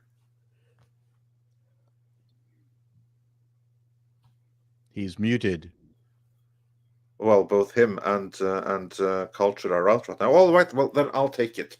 Yeah, I can go for it. explain exactly. I can explain exactly what Kevin Feige is trying to do when he is right now trying to say that, oh, we need more experienced filmmakers. You know what? What was the level of experience in the filmmakers during phases 1, 2, and 3? You know, those that built the MCU to the biggest entertainment franchise on the face of the earth. What was the level of experience of the filmmakers? Pretty I'll much tell most of you. them were very veteran filmmakers, yeah. It was very mixed. You had some veterans, some real proper veterans, and a lot of fresh young talent. And one of the things that Kevin Feige would say in interviews when asked about what was the secret to Marvel's success, well, they find like filmmakers that have a really unique, interesting voice, up and coming filmmakers that are really good at doing this one thing that thematically is what they want the film to be about, and then they'll help them with the action and the special effects and everything like that. This is kind of like the emerging strategy when they went from win to win to win. So you would have your Joe Johnston, who's experienced doing one film. You'd have your James Gunn, who is reasonably experienced, and then you have someone who does something completely different, like the Russo brothers, who weren't that experienced, or Taika Waititi, who had like a couple of indies behind him, but still, it really worked. So obviously, it's not the level of experience of the directors, because that generally wasn't that big a problem before. No, something else changed behind the scenes.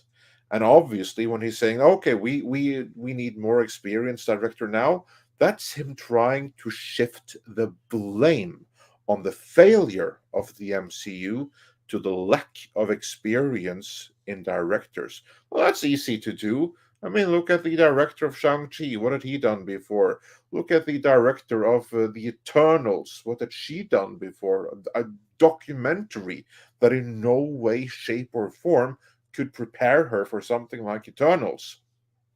I So agree with obviously you. there's an issue there, but still, that's not the only issue. There's something else happening behind the scenes that caused the downfall that he is conveniently not addressing. Now he just wants more directors with more experience, but that's not what was the secret to their success before. I agree with you up to a point, other than because the first few Marvel movies outside of Incredible Hulk, which was arguably, you had what it was, Lewis, whatever his name was. Even the director of that, he had directed the Transporter franchise and a bunch of like European action movies, so he wasn't action directors. That's what they were looking for. But I'm making a point here. What happened on that movie, though? You had the star of the movie try to hijack it. But outside of that, every other one of the first Marvel movies, you had Jon Favreau, you had Branagh, you had Joe Johnston, and you had Whedon, right? Those guys basically helped build where we got beyond there. Right. And those guys, all of them are veterans. Like I said, you can even kind of consider what's his name? Lewis Latimer or something like that. The guy who directed the Hulk. Like, even he had some experience going into it. And I get what you're saying.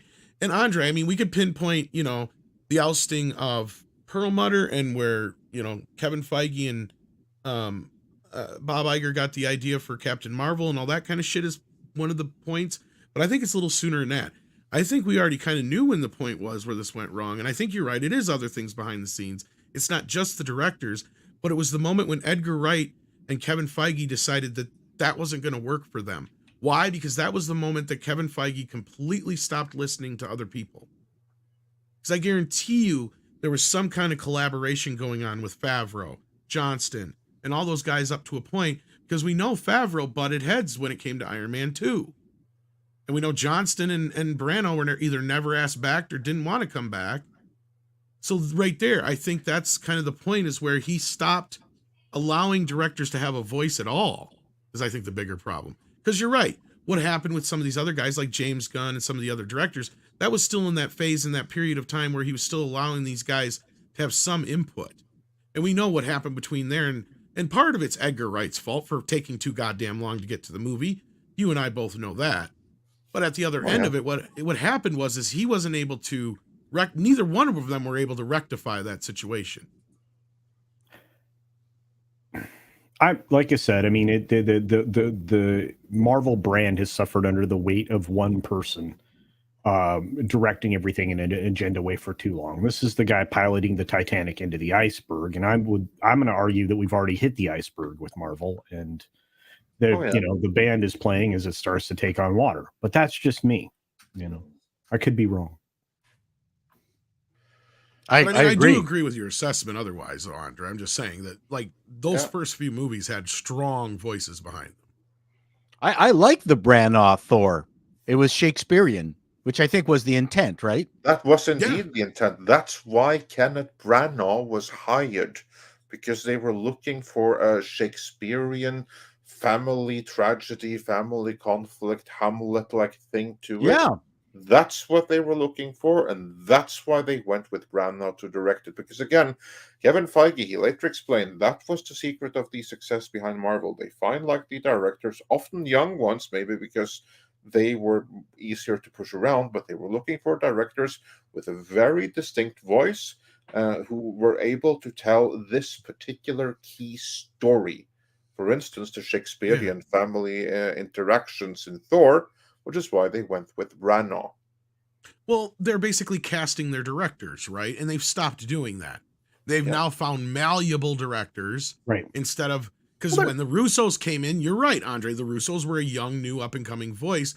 But up until Civil War, pretty much, they were able to voice their opinions and do what they wanted to do. It wasn't until Infinity War and Endgame when they started hitting, you know, roadblocks with Kevin Feige, and they've said that. Same thing with James Gunn. He was hired as, he was casted as that director because of his voice. Well, they're still, but Tom, I would say that they're still casting them. They're just casting people who have no experience and will listen to what they want. It's exactly malleable. They're just basically you're right.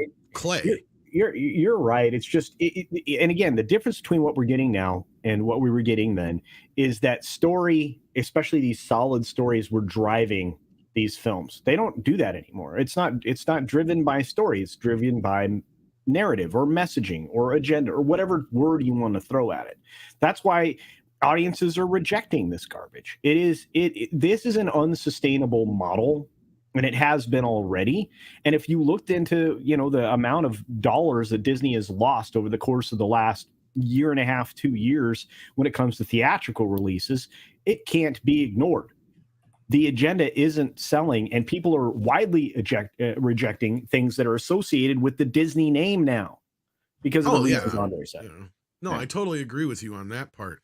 But I will also say that, like, through this woke bullshit, it's just the agenda is not the only problem. It's bad writing. It's bad writing, shit characters. These movies don't even feel like Marvel movies anymore. Like, they feel like some fan shot film in somebody's backyard half the time because of all the, you know, crap effects and piss poor costuming and shit. The Acolyte will fix all that. I know it will, but that's Star Wars. That's going to save Star Wars, Paul. Not Marvel. Damn. I'm mixing the Marvels will save Marvel. Mixing my the Marvels. Isn't that the same as the Acolyte? They're interchangeable. Kind of.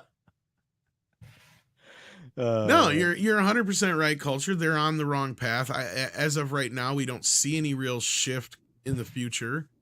But I think if Feige is smart at all, or he has anything left in the tank that is remotely like smart juice, that's the way he'll go. Is he'll get back to basics, or to steal a line from a Green Goblin, he'll go back to formula. Well, he Now- doesn't have a sequel for Obi-Wan, because I think that's done. I don't think I haven't heard any rumors about She-Hulk coming back. So everything that they've tried to make an extended network experience, has been failure. Yeah, smart juice 6. If he's got any smart juice left, I don't think he does. I mean, we can hope for his sake, but at this point, I mean, is that the thing? Has the Emperor finally realized he has no clothes, Andre? I mean, Run out of juice. Yeah, well, I don't know about like emperors. I think it's more like the captain of the Titanic. You came to the bridge, but late, yeah. because the people you put in Brace charge for literally impact. crashed into the iceberg already. I wonder Yeah. what kind of conversations they're having. This is extraordinary. Right now, Yeah. Especially since they can't actually pinpoint the problem and why they are in this predicament, because that would I get them actually cancelled. I think But right right now, now, the they're gonna be conversation this- is, what the fuck are we going to do about Kang? That's what I Exactly. say. That is the conversation discussion is right now. Yeah. They're probably rethinking all of Phase Dive right now. I can't imagine they're not. I don't think so.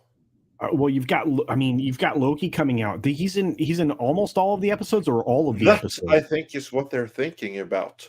Ah. Probably because what Tom has heard, and just looking at the tea leaves, Tom is right.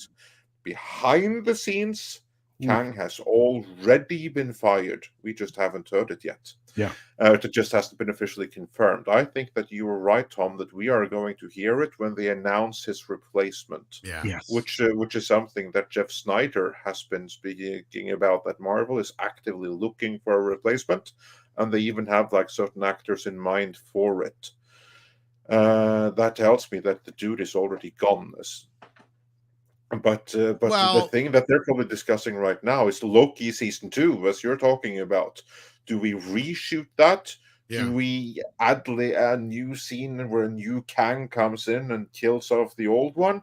Do we pretend do we roadie it? What do we do? That's probably the discussions they're having I right think now. Script Doctor came up with the best solution.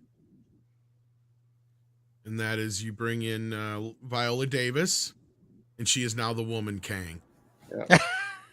It's true. I think Disney should have been sued for what they did to Tom Hiddleston in Loki. Oh, me too. I wish what- they could. They What destroyed that character. What an unbelievably talented actor, to put him through that shit was painful. That was what was painful. You won't. They you even made him sing in Norwegian, won't- Oy. which was fun though. But Look, one last thing to address all this. They have to deal with majors now. They can't wait, because when Guardians hits the theaters on the 5th, and there's going to be a massive problem, because do you know what happens on the 8th? that's when he has his day in court. That's right. And so you are going to see, and again, just step back and look at this. It makes sense. That's when you're going to see them have to come to a decision, because they can't have this dude in court when, you've got Guardians wrapping up. He's the big bad, or they're wrapping up their weekend. That Monday he's in court, or that Tuesday he's in court. That destroys any further progress for their universe in Phase Dive. Not that it affects that movie directly, but it may, because Disney's in the news, Marvel's in the news for the wrong reason, and it could be extended. We don't know how long it's going to take to get there. We don't know if he's going to take a plea deal. We don't know any of these things. What we do know is that it's sitting there waiting The fact that they haven't on was surprising to me, especially as all these other things leak out, including his representation leaving him behind. He was disinvited from the Met Gala by the designer that label that was going to sponsor him there, and all these other things. 3 other canceled projects. Yeah. I think it's more than that, but yeah, 3 that we know about directly. Well, 2 were movies and 1 was a campaign, and so like it's all coming crashing down again. That's the only thing that hasn't been announced. That's like the elephant in the room at this point. So what else is there left to say other than that? The only thing I don't left to agree say with it, is again, I just want to reiterate that we're going to hear that he's been fired the moment they announce his replacement. They're not going to send share prices and confidence and everything like that crashing down by saying, "Oh, we fired Kang," without assuring audiences, "But we got a new one." Well, and here he is. You may be right on that, Andre, but I did say last night the only thing I can see them doing now is they may just distance themselves from him publicly, like they did Johnny Depp. Even Johnny Depp didn't even have a movie with them in upcoming, right? Like they just publicly, they might do that just to try and help boost Guardians of the Galaxy. I did say that last night. I'm like, that could be the only move I could see them making, and that's at this point just because everybody else is jumping ship on him.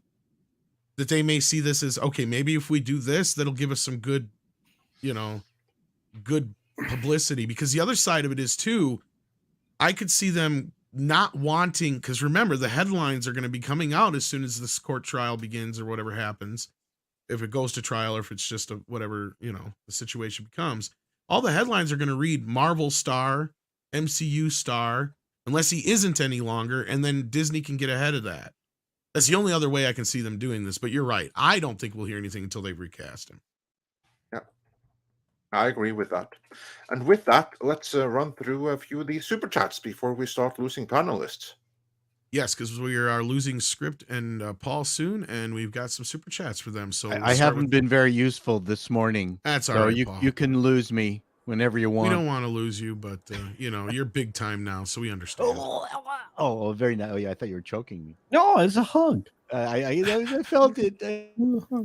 Well, before we lose Script, I'm glad that C-Man asked this. Curious on your thoughts on all your thoughts on the possibility of a WGA strike, and what will it impact?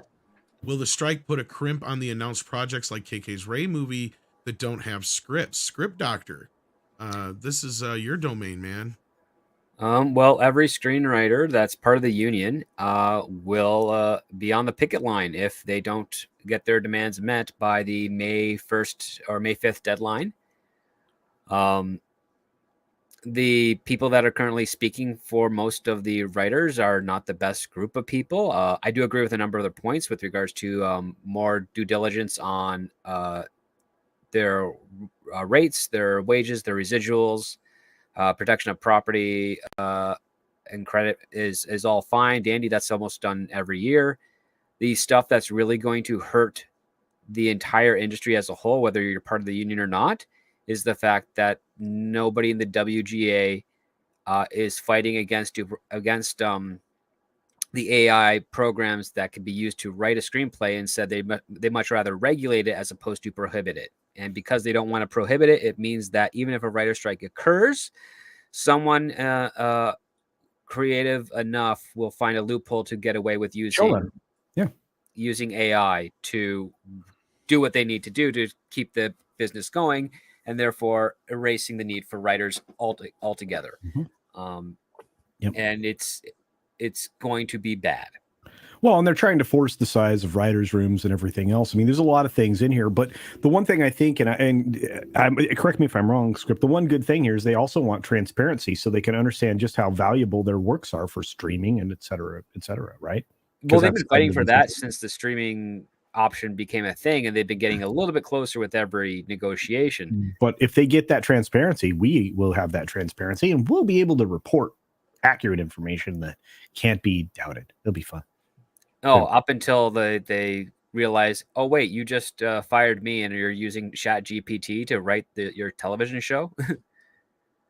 And then that's when everything's going to go pretty terrible for everybody. I agree with you 100%. And I blame Adam Conover because as far as I can tell, he recently got to his position in the WGA, and he's somewhat supportive of using AI to assist in writing, which makes sense because he's also pretty bad at what he does. So, Wow. That's that AI in the writer's room is not a good thing. no. Well, thank you for that script. I guess you got to be leaving us here, but keep us Yes, posted I on have all a meeting. Writers Guild stuff and all the other stuff you got going on. Yeah. When I first saw WGA strike, I went, "Wow, what all the wrestlers going to do?" And then, Oh, hey, Hey, that joke was written by ChatGPT, fine. by the way. I'll give I'm you- sure it oh, was. Well, I was going to give you a, but then you said it was written by ChatGPT. It's good to have someone to blame. So since it's written by ChatGPT, anyway, thank you so much, Script Doctor.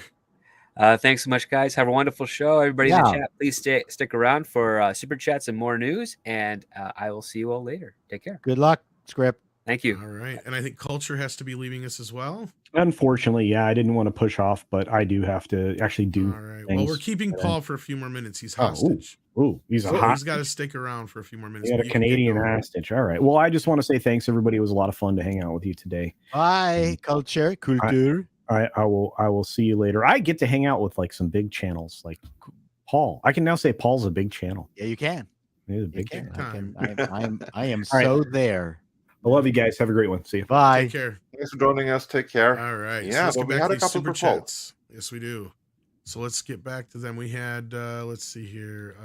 This one I think was for him. Ryan Bannon, who says, Paul, what the fuck happened with the Leaves last night? Ugh. Will Bunting or McCabe get suspended? You had better be a Leafs fan. I'm a semi-Leafs fan. I kind of look at them with one eye open. Harold Ballard ripped my Maple Leaf heart out of me, and it's been hard for me to line up behind the Leafs ever since the destructive era of Harold Ballard.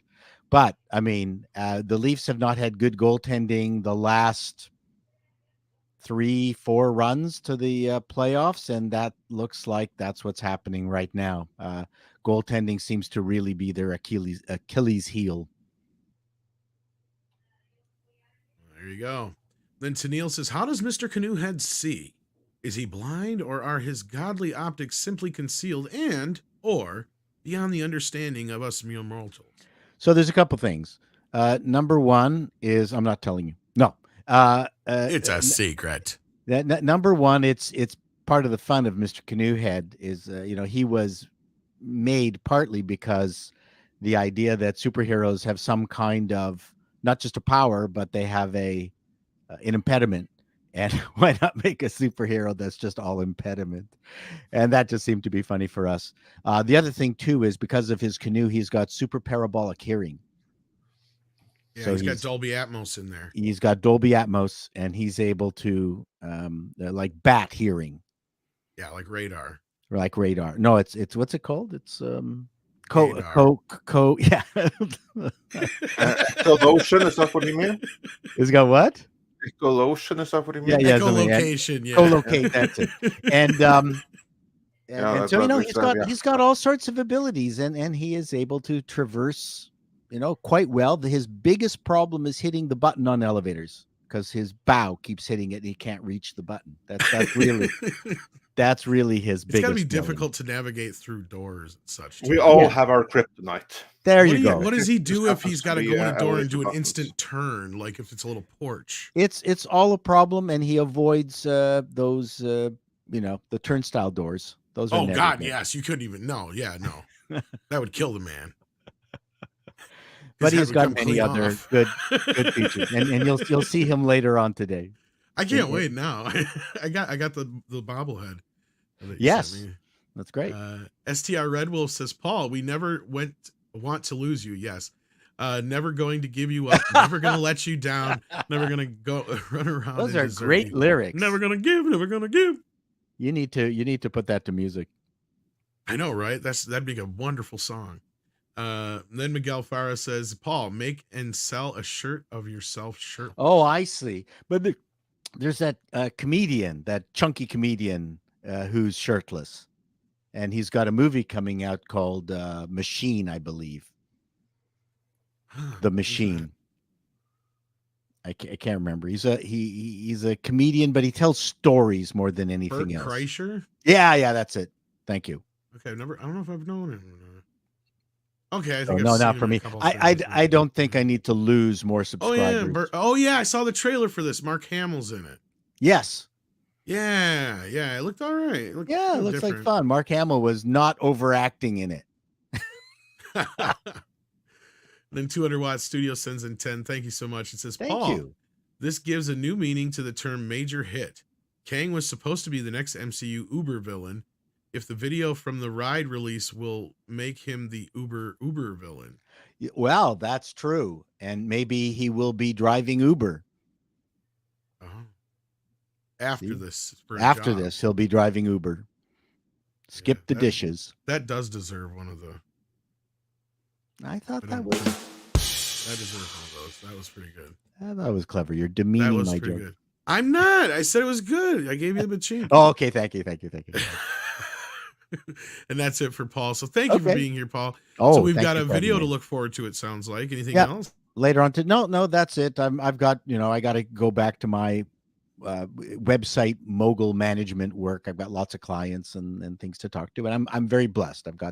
We've got great clients. It's really fun. It's fun when you enjoy your work. And then I also enjoy doing this, and I enjoy doing my videos. Try to squeeze all of that in. I have one more question for you. Oh, is Canoe Man's sidekick Paddle Boy? No, he's Punt Boy. But he's just tired of being called a punt. So he doesn't hang around too much. Okay, bye everyone. All right, take care. Take care of yourself. Let's get back to these super chats here while we're at it. We've got Paulus playing. He says, Andre, funny time. My Norwegian father pronounced the word debt the same way you do. Please say the word. I now know that it's supposed to be said debt, but I always want to say debt. There you go. Tim Hilo, us with the funny. Yeah. So yeah, apparently it's very funny when I say debt instead of debt. He likes it. Yeah. The Dinks. I think that's how you say that. It says happy belated birthday, Andre. Oh, thank you. Sends in £2 to say so. Thank you. Yeah. DCB Titan sent in 550 Canadian. It says just finished 4 hours on a picket line. Oh my. And I'm now sitting down to watch Mario again. Wow. Nice. Really enjoy it. Yeah. And then Callum Lyle's Godzilla and Kong just released a new trailer. Actually, it was a teaser to announce the title. Let me see, what was it here? Six shared the thing in the thing. I saw the thing, but I'm trying to remember exactly what it was. Here it is. It is God X Zilla, King Kong X Godzilla, and then it's like the rise of the new kingdom or something like that. Yeah. This sounds like a parody title. It looks funky, but no, that's what it is. I hope it'll be good for the fans. Got an interesting teaser attached to it already, so just in case anybody thinks I'm lying. We're not going to show the teaser. It's just because then we'd be taken down right away for copyright reasons. But yeah. It is Godzilla X Kong, the New Kingdom. So there you go. Or the New Empire. I'm sorry. Did I say Kingdom? I meant Empire. Yeah, you said Kingdom. I meant Empire. And it looks like there's a new evil ape in it. So it might have to be about Godzilla and Kong teaming up to fight against this. To fight Kong's evil twin or something. Yeah, evil ape empire from probably middle inside the earth. Yeah. Okay. Yeah. I had to take a guess from what they showed us in the teaser. Yeah, well, when they do Hollow Earth, they can go pretty much wherever they want, can't they? Yeah. Because there ain't no way this is Kong back here. It just keeps zooming into him, and he's a ape, but he's not Kong. No way. He's like a evil looking ape. So yeah, I'm interested. My little kid woke up for that inside. He's like, ooh, we want to see that. Then Sean Carter says, isn't it funny how we used to know exactly what was coming for Trek? Now it seems they get off on misleading people and not giving the fans what they want. Well, and this is when you're dealing with somebody like Kurtzman. I don't know his exact diagnosis. I don't know if it's narcissism so much or it's just this inability This is not an to. uncommon diagnosis in Hollywood, but Yeah. I want to say it's more than narcissism, though, right? Yeah. It's because it's this, because not only is it like, it's all about me, because if that was the case, then he would have the problems like he wouldn't be able to deal with like the Mummy. Like it's selective narcissism, and that's not a thing, I don't think. So I'm not sure how to phrase it, but it's like clearly he's in a little pissing match with nobody but himself at this point. It feels it's all like. about, it's all about him and about making the kind of stuff that he wants and securing the legacy his way. Because no one wants this Star Trek stuff that he's doing. Of course, when I say no one, I mean, yeah, fine, there's 112 people. That's the size of the audience. But the rest will hate vast watching majority of the audience, they want Star Trek Legacy now after Star Trek Picard, and he's not giving that, which is pretty arrogant, to say it the least. Double down on what the audience have already clearly voted against. Yeah, he really wants to downplay the emotional impact that Picard's having. And it's not really working out for him, I don't think. If anything, it's just going to work against them all. Destiny Captain says Jonathan Van Sitters is in charge of the Trek Man. Okay, so that'd be the one who he answers to. That's right. Yeah, but I don't know that he's like the kind of buck stops here guy that's needed. Because I do know that Jonathan Van Sitters is technically supposed to be in charge, but I have to say he's doing a really bad job at it, letting Kurtzman do what he's been doing over the past few years here. So either he's an incompetent, or he doesn't have the power to be the real buck stop here guy that Star Trek needs and doesn't have. Okay, now I got told something that makes a little bit more sense because one of my you're getting scoops as we speak. Well, it's not so much a scoop, but a correction because they were listening to us live earlier. There are two contracts. The one that got renewed until 2030 is the Star Trek contract. This is what I was saying. The other one has not been renewed. And that's probably why he's acting out this way. Yeah. Because this is all he has left. You see, but this is what I was saying the whole time, that there's two contracts, and the one that expires in 2026, that is his personal overall deal. The one that expired this year, right around this time, that was the secret hideout Star Trek deal, and that is what has been renewed, according to some 1 year, according to others, this source, up until 2030. Which means that we will have many more phases of shit Star Trek to look forward to if this is true. If there's no buck stop here, guys, that can basically say common sense and let him know that no one wants this. People want Star Trek Legacy. There is organic demand for that, so make it happen. Yeah, and I think he's resistant as fuck right now. I think he's acting out like a child. That is what I have heard. He's apparently, Kurtzman, from what I've heard, he's really bitter at Terry Matalas because Terry Matalas succeeded where he had failed, and he's making Kurtzman look like an idiot. Because everyone, all the fans, everything that their research shows is that people love Picard now. Now, the moment that he's no longer involved with it. So it's Matalas that gets like the creative credit for it, and Kurtzman hates it. There you go. And on that note, Mikey's in the house. Says, I want to thank Paramount for their management of Star Trek and their lack of respect for my TV dad, William Shatner. The result is that Mexican Iron Man needs blood pressure meds, and that right soon. Don't have an aneurysm or a heart attack, Mike. Go to the doctor if you're feeling that bad. Okay. Go see Bones. Oh, we probably have high blood pressure, the lot of us. He just knows it. So yeah. Mike, this is your TV dad. I order you to go to sickbay. I think that will work. Tennille89 says Michael Burnham may have Sims, but I'm not sure about fans. Exactly. I don't know. 3? Maybe? But Star Trek has never been my thing. So what do I know? Yeah, I was kind of giving Paul some shit for that, but like, yeah. Sean Carter says getting more Kurtzman is exactly why Doomcock and many of us were screaming that P3 needed to be ejected no matter how good it was. We knew this would happen. That's the thing, Sean. This was going to happen with or without Picard. That's what we've been trying to say. Yeah. And also, here is a thing to keep in mind. Terry Matalas, like him or not, he did good.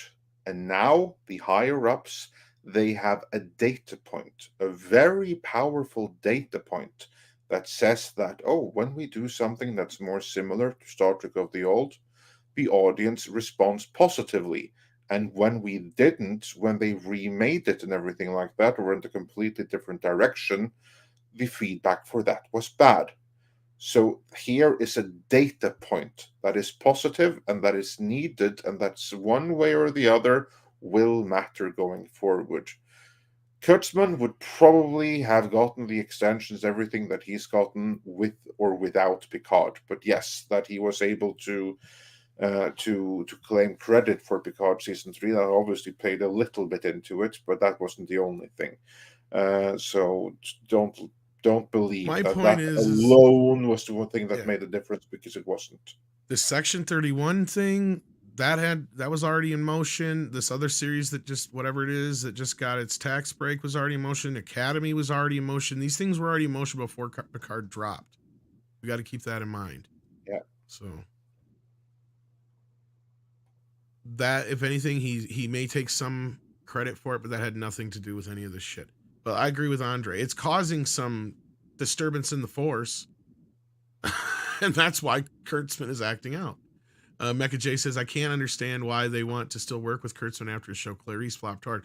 Well, I think that's what we just learned, and that's why I was corrected. I think that's what had happened, is he has gotten now the faucets turned off from above. This is all he's got left, right? Because as I said before, him doing Star Trek was a bit of a favor for CBS. Now it's all he's got to work on, because he doesn't have Clarice. He doesn't have any of these other shows. I don't even know if he has any other shows in production through Secret Hideout anymore with CBS. Who knows? I'd have to look, because I know 5-0 is done. So that's been done for a couple of years, I think. So then Mr. Reborn says they're probably afraid because they've been well, I don't know about that, but not getting into that with this subject.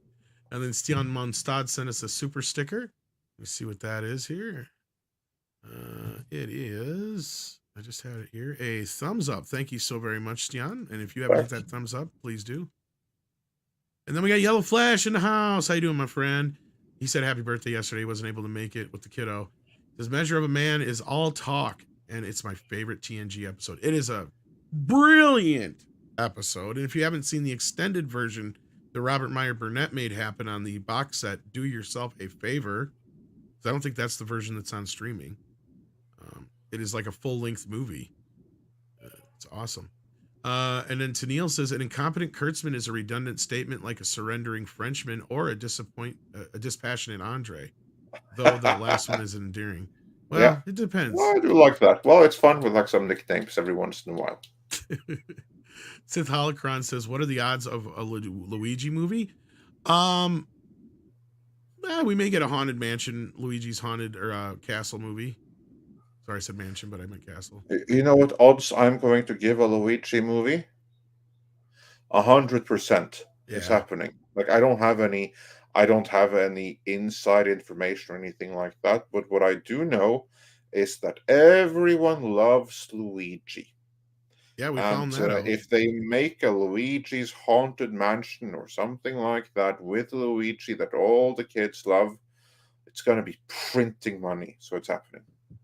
It's the most natural, no-brain spin-off of Super Mario you can imagine. Yeah.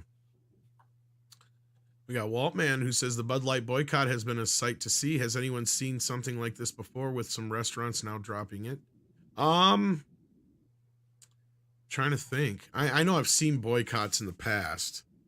I only wish that people could have boycotted Gillette and Procter and Gamble, like their corporate owner, as efficiently when they did that whole "all Yeah. men are bad" segment, when they tried to change the slogan from "Gillette, the best a man can get" to "the best a man can be," because you need to do better because you're toxic trash.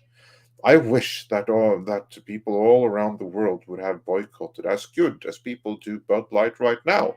Yeah, it is something of a sight to see, and actually, I think it's really, really good and important that that corporations need to learn that when you accept ESG money that way, and they did, that's why they're doing this. This is all about like scoring some ESG points.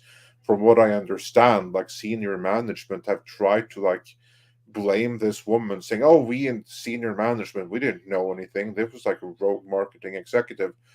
That's complete and total bullshit. They probably signed off on it and may even have asked for it specifically to get like some ESG points and everything like that. And then I think it's good and well that the audience lets it be, or the customer base lets it be known that we're not behind this. So yeah, keep it up. And if Anheuser-Busch has to go under to send that message to everyone else, so be it. And you may be right about Gillette and the others, but I think that there was clapback. It just wasn't seen as much because of Twitter, and that's why. So, like, they were keeping it down then. And now I think people are seeing the boycott for Bud Light from people more so than they saw the others. Because I mean, they clearly saw it in the numbers, right? Because Gillette had a huge dump. They lost $8 billion. Yeah, that's what I'm saying. And then So, like, very, very quietly, they went back to the best amount can get. Yeah, so that's what I'm saying. Like, I mean, yeah. But that's what I mean. They lost $8 billion, but they didn't lose 80 billion. And that's what they should have lost. No, I agree They with should have you. lost 10 times as much. But They I should think it have was lost just so being much that the snuffed out. Is entire my point. corporation was under threat. I genuinely believe that this thing with Bud Light, if it carries on, all of Anheuser-Busch is actually on the line. And I do feel sorry for the people working there and everything. But just to send a message to everyone that those ESG points, they come with a price. I think that's maybe an all in all like a good price to pay. Bamagrad says the worst kept secret seems to be the studios like Disney send talking points to shill media as part of an orchestrated PR campaign. Why are those talking points not sought out and exposed more often? Well, I think what you're talking about here is... I know exactly what he's talking about. Go ahead. Bamagrad is talking about, like, for instance, when you have like a Marvel movie that opens, there's going to Yeah, be this like a is couple going of to that key video. phrases that every single review from the test from the advanced screenings have. It's going to be this and that, and Jonathan Majors is going to be this revolution and what have you. It's going to be like these key phrases that recur because those are the talking points that they want out there. Fact of the matter is that many actually do this. It's just that it's more visible when it's Disney because we pay attention to it. These are brands that we care about and we pay attention to, which is why we spot it. And we spot it when it's a movie that that is supposed to be good, but we expect it to be bad. That's when we're sensitive to it and we pick it up. But the fact of the matter is that it's been there the whole time, hiding in plain sight. Yeah, and this is what I was talking about earlier, and it's all about the access. They will trumpet it and puppet it because it is the access that they get. So this is the talking points, like Andre just said, and I was saying earlier too. And that's what they go by. They won't deviate from said thing because otherwise they will not be the one going along with it. Because even noticing the ones that try to do things against the grain, they'll still try and find ways to work those talking points in. So I get what you're saying, Bamagrad, and that's probably what that video for Clownfish is all about too, I'd imagine. And oh yeah, we were well aware of this, and like Andre said, it's not just Disney, it's not just for Marvel movies or anything like that. It's across the board. But Disney is one of those that gets a little bit more of a pass as far as positivity, because they have stricken access. So, if somebody doesn't do what they want right away. And a lot of these places are too afraid to have access from Disney pulled away, because it's not just Disney, it's all the Marvel, the Star Wars, the parks, ABC, ESPN. It's access to all those things too. So that's the problem. It's a shitty game. Yeah, for sure. In order to expose it, first you have to be aware of it, and then of course, then it's a matter of like actually cataloging things. There's a lot of work behind it.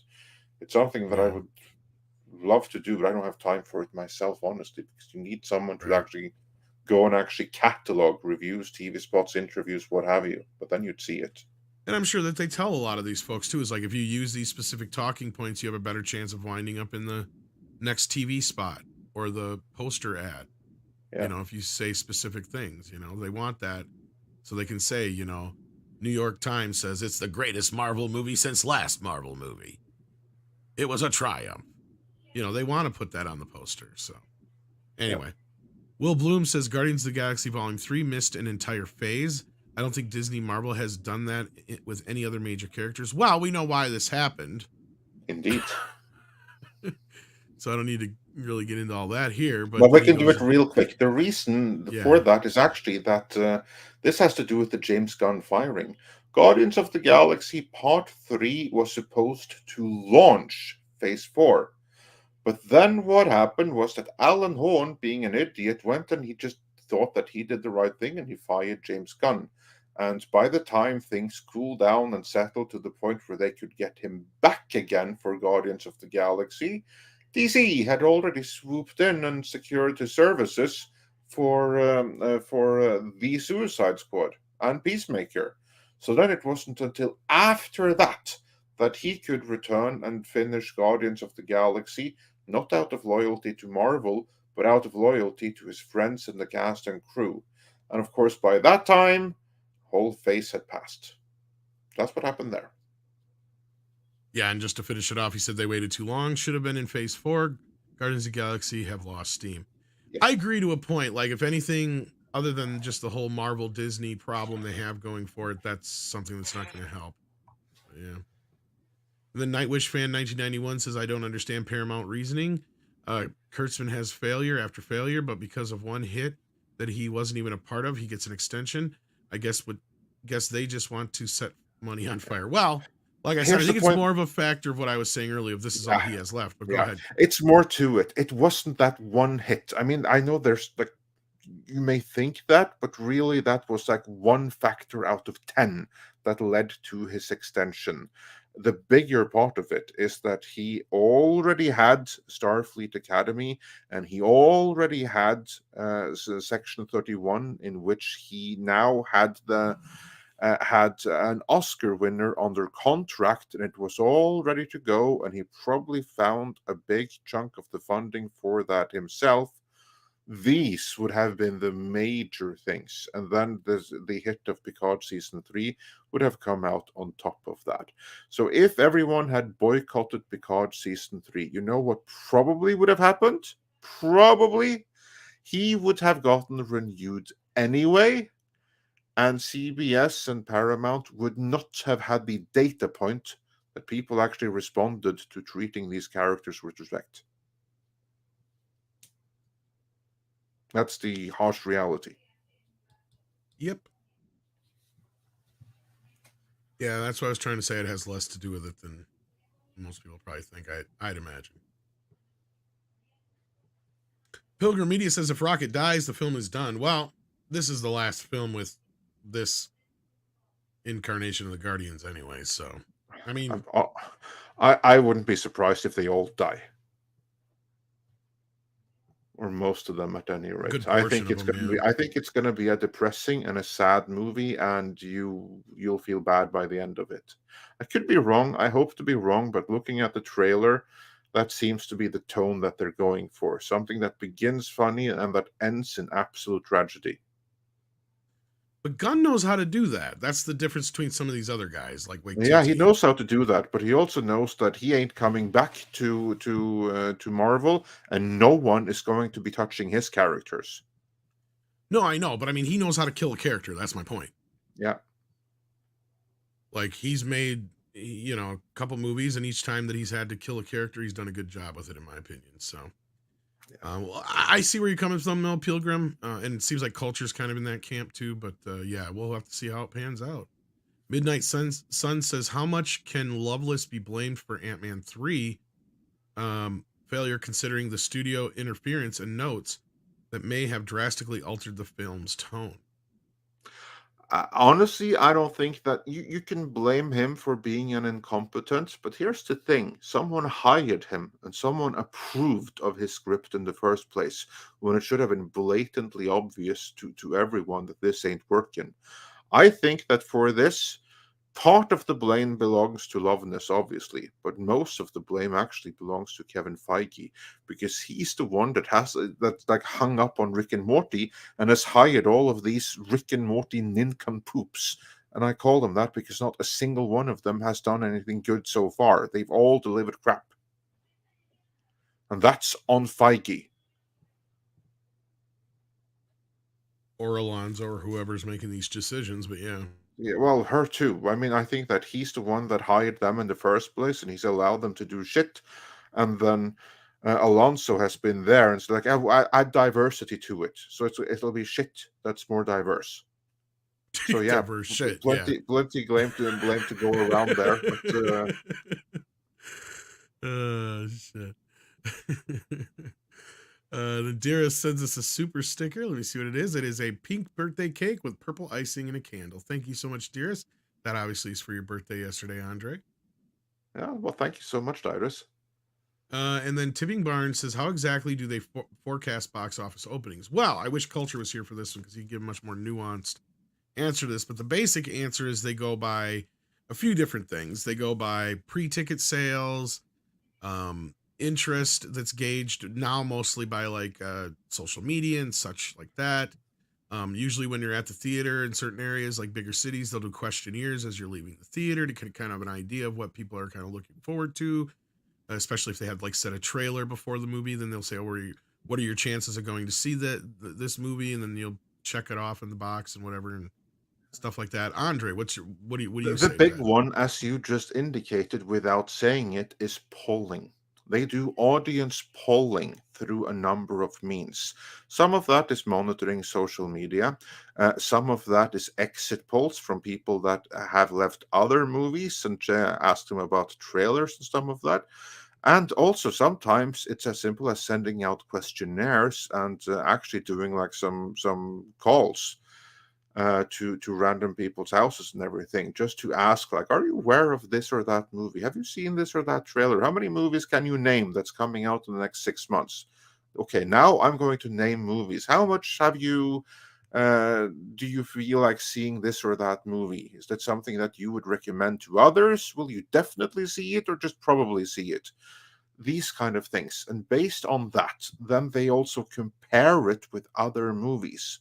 Because what they do is first they find out like a level of awareness and what kind of genuine interest there is. Like how many definitely have to see it first day versus, yeah, I'll catch it eventually. Based on that, they find like another movie to compare it to. And then they will base their projection on that. And usually it hits fairly well in the ballpark. Very often, like the long-term forecast, the one that's like 2-3 months ahead of the movie, often is a better hit than projections that come like the week of the movie's premiere. But again, it depends. It depends. Yeah, and sometimes and they're close, other times they're off by tens of millions. Like basically what Andre said is after they do all the polling and such that I brought up, then yeah, they basically take all that data. Somebody will then, who's, you know, a specialist at this kind of thing, look at those numbers and extrapolate blah on the other end. And it's become a lot easier for these guys, especially when we live in a world where a lot of these movies are sequels and prequels and spin-offs and reboots. Mecha J and points all out that shit. YouTube ads have those polls on which Yep. movies we want There to you see. go. That's one of the polling tools that they use. That's One of them. And they also Yeah. see how, you know, a movie's faring on. Now, YouTube and social media have really changed the way they can see these things. Like they get a more real. This is where I think, Andre, where you were just saying, you know, they've been more accurate, in latter years here. Well, the reason for that is because they have more data points to go off of. YouTube Yeah. and social media are a big part of that.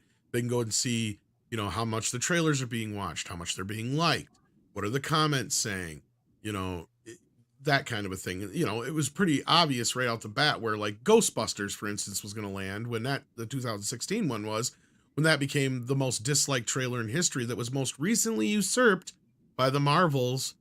I don't know if you knew that or not, Andre.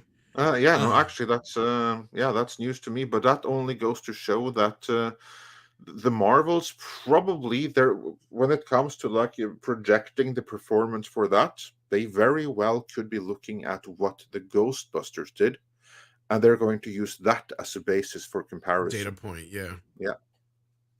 No, and that's exactly what I was getting at, because now that they'll see that, they'll be like, oh boy, okay, so what happened there? What are the similarities? Well, there's a lot of similarities between these two movies.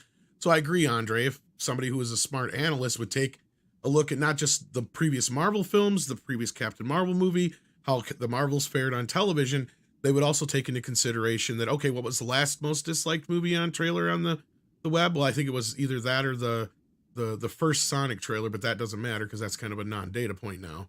So you go back to Ghostbusters, and Ghostbusters, what did it have? An all-female cast. What does Miss Marvel's have? An all-female cast.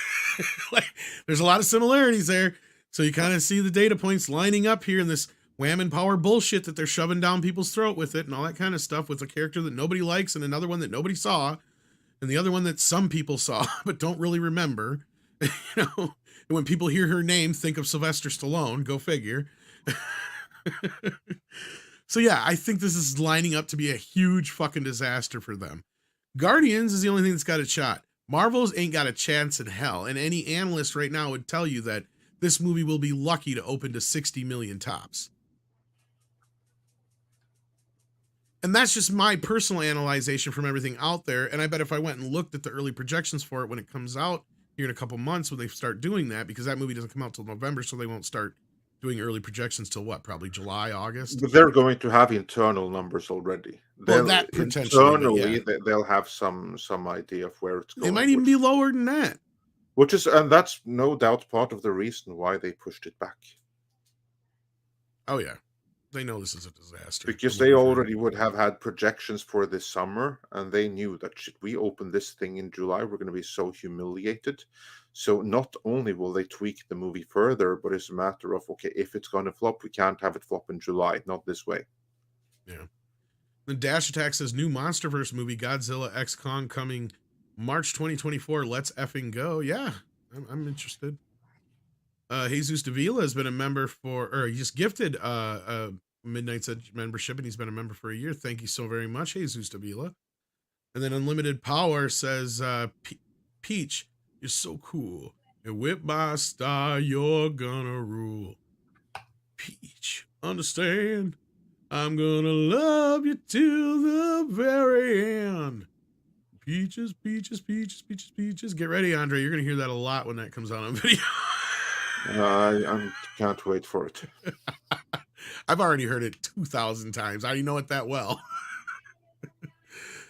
Twilight Hope has been a member for 9 months. It says, happy belated birthday, Andre.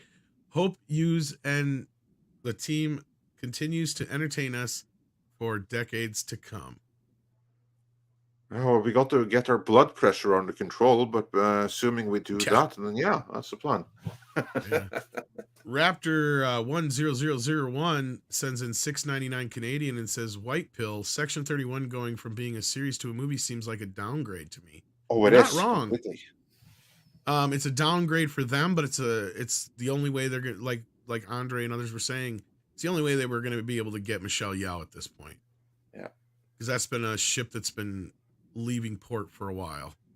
And I have to say, I'm relieved, because if it had, I don't want it to happen at all, But if it has to happen, I'd rather it happen with as little running time in total as possible. So I'll take like a made-for-TV special That's hard to argue over with. fully fledged series anytime.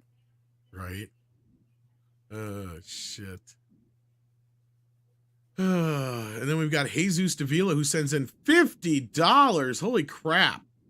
It says, happy belated birthday, Andre. Buy yourself some drinks on me. Oh, thank you, Wow. Jesus. That's much appreciated. I will do that.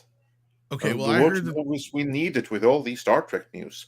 But Tom, I believe that some kind This of comes with a promise was price. made here that we would be discussing another topic as well. Yes, as the Something old that we saying also goes, need drinks for. nothing in this world is for free. So this super chat came with a price, and thanks for Six for having this happen, I guess. You're welcome. Yeah, say you might as well stay in here now that you're in here, because this is your fault. I know. I'm sorry, chat. Twilight TV series in the works, exclusive. Woohoo!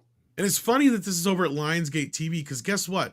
This is where I've been hearing from my source why they didn't extend Kurtzman's contract for CBS past 2026 beyond the fact that they probably didn't want his suckage fucking up their network.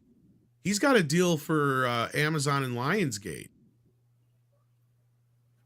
that he had to get out of the exclusive deal for. Wait, are you telling me that Alex Kurtzman might end up doing Twilight? No. Because Alex I'd be very okay with that. No, Alex is working on Now You See Me 3 and a prequel TV series over at Lionsgate and Amazon. So, oh well, that's a waste. I just said it's ironic that it's Lionsgate TV that's doing this, but yeah, this is an early development on a series that could bring author Stephanie Meyer's book series back to life after the wildly successful movies.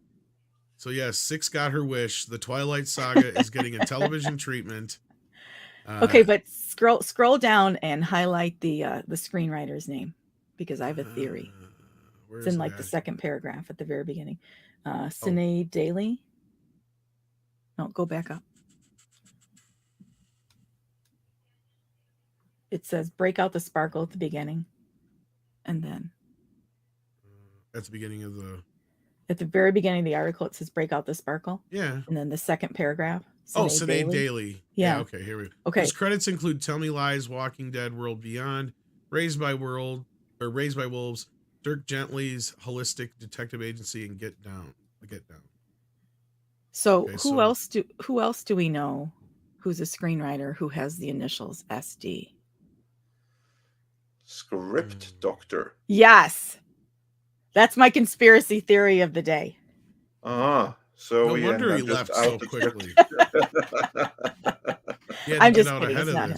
Don't tell him I said that. But well, if that's the case, it'd actually probably be good. No. Thank you, Jesus Davila, for pushing this that. early on screen. So yeah, but script. Let's since Twilight was obviously never made for me, and it was never made for Tom, but it just may have been made for you. What's your history with Twilight, and how interested are you in this TV reboot? The first time I picked up the book, I flipped it open and I put it right back on the shelf. And then I saw the movie that was coming out, and I love vampires in all forms. And it just spoke to the 11-year-old in me. I can't remember how old I was when it came out, but I was way adult. It's just one of those things that you don't always admit in mixed company, but I am a Twilight fan. I couldn't tell you. Oh my God, so is Mikey. And I thought I fucking knew you. Yeah, it's all right. It's good. Hold up, time out. This means you two have to have a stream about Twilight now.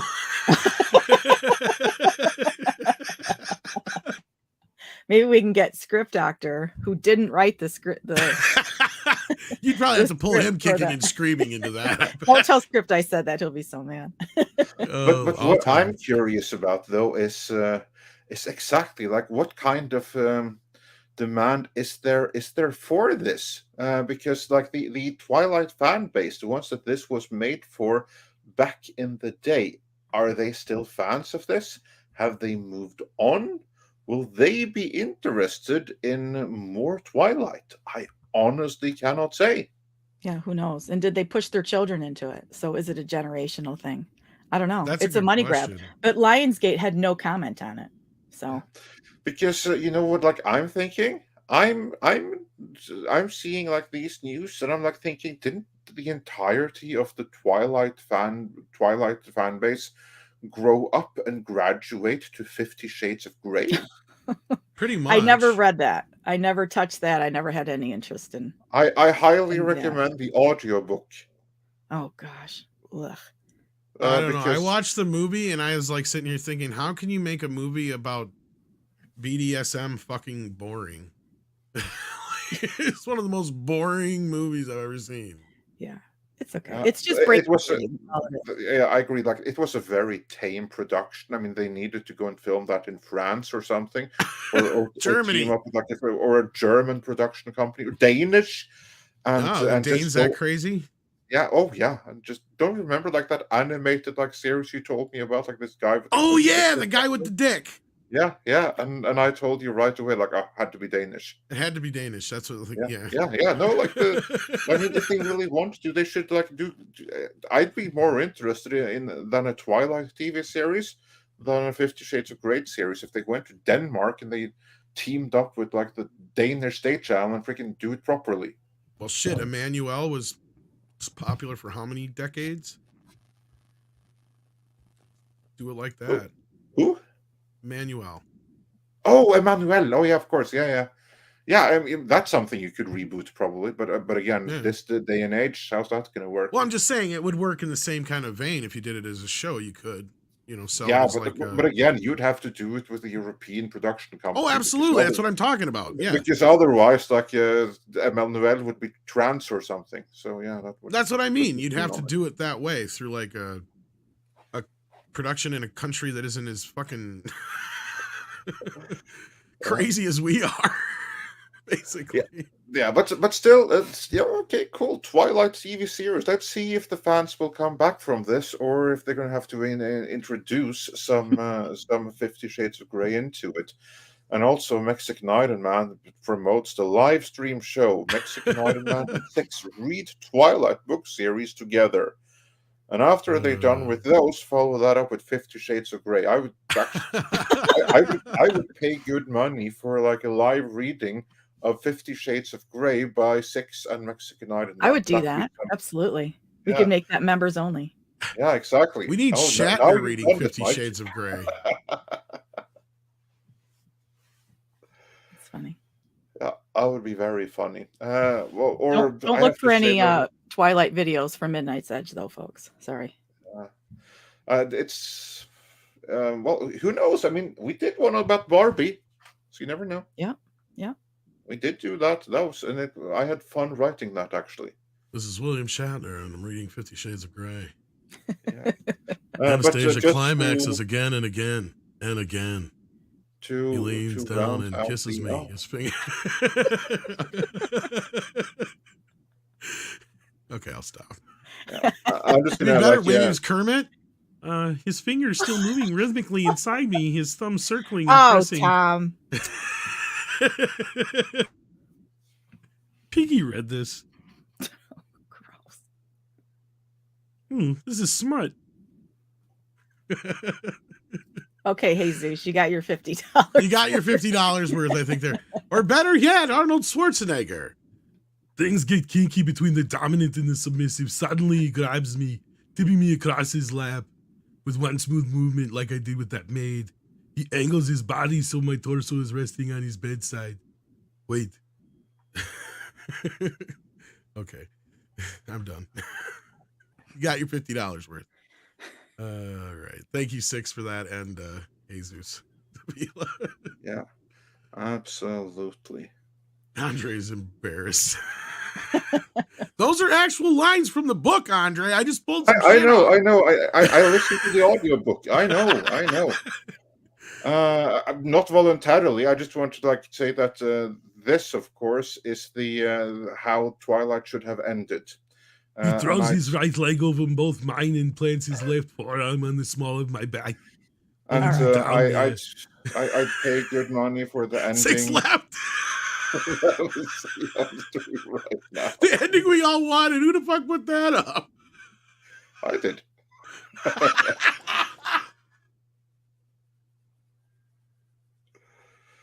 So yeah, He wouldn't do nothing. They're daywalkers. He'd be like, what the fuck is he doing out during the day? you're overthinking it. No, I'm actually thinking like a comic book fan would. He would have more questions about why this dude's running around during the day if he's supposed to be a vampire. I'll be honest with you. Yeah, well, if he got around to asking that question. But anyway, let's move on here. The talking point in question was about Florida after DeSantis' announcement from Monday, i.e. external inspections on the parks, as Universal is exempt. Okay, so right. all right, I see. okay, Yeah, all we right. Well, misunderstood then. funnily enough, I just shared. Okay, so what you're talking about then, without me even seeing the video, I've already kind of shared something about this on Twitter this morning. I think I know exactly what you're talking about now that you brought this up, because I watched this MSNBC bit where the bootlegging for Disney is just insane right now in the press. So I get what you're saying now. That's yes. It's Yeah, then I get so it. fucking bad. And I hope people see through it. I mean, I hope the normies, that is, not us. I mean, we know, but I hope the normies out there that are like people like my dad watching TV and shit, like see this shit and they buy into this crap. So yes, this is pure propaganda bullshit coming from Disney. Because they won't tell you or remind you what it's really all about, right? So they're just trying to paint DeSantis as some sort of villain. And they need that right now. They need a new boogeyman. Because they're failing, and that's the other problem. But anyway, that's a whole nother discussion, I'm sure, Andre, right? It is indeed. It is indeed. And again, this is a matter that I haven't had time to research properly. So we'll have to get back to that. But thanks for the support.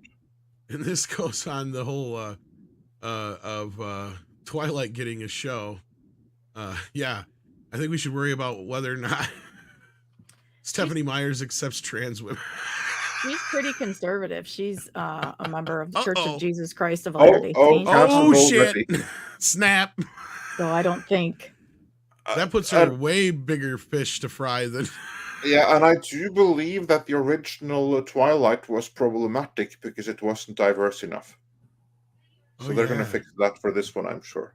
And she purposefully made Edward and Bella get married before they had sex. Because that's her. She's Christian, so she, I get it. It's just very devout. Oh my god, this is gonna be hilarious once I'd be Loki's got surprised. a hold of her. Yeah. Holy shit! They're gonna want all kinds of crazy shit in Twilight now that she's gonna be like, nope.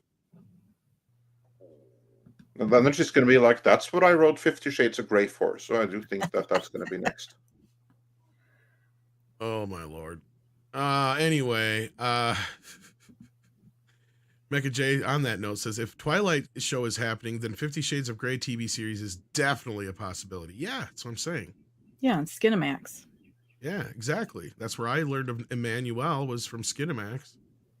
100% totally truth. I didn't even know there was like movies and shit until a little later, Andre. I just saw the show. They had it on every Friday night or whatever with their other shit. And then all of a sudden they showed a movie one time and it looked old. And I'm like, what the fuck is this? That's when I learned the Emmanuel thing, or yeah, that's when I learned there was this whole fucking universe of it. Yeah, like it's this ongoing extended. thing. You have like black Emmanuel, and you even have like yellow Emmanuel. Yeah, see, they're diverse. Yeah, exactly. Dear Juan sends in 10 euros and says, I'm the opposite, Six. Everyone was gushing about Twilight when I was pretending to like it, but secretly hated it.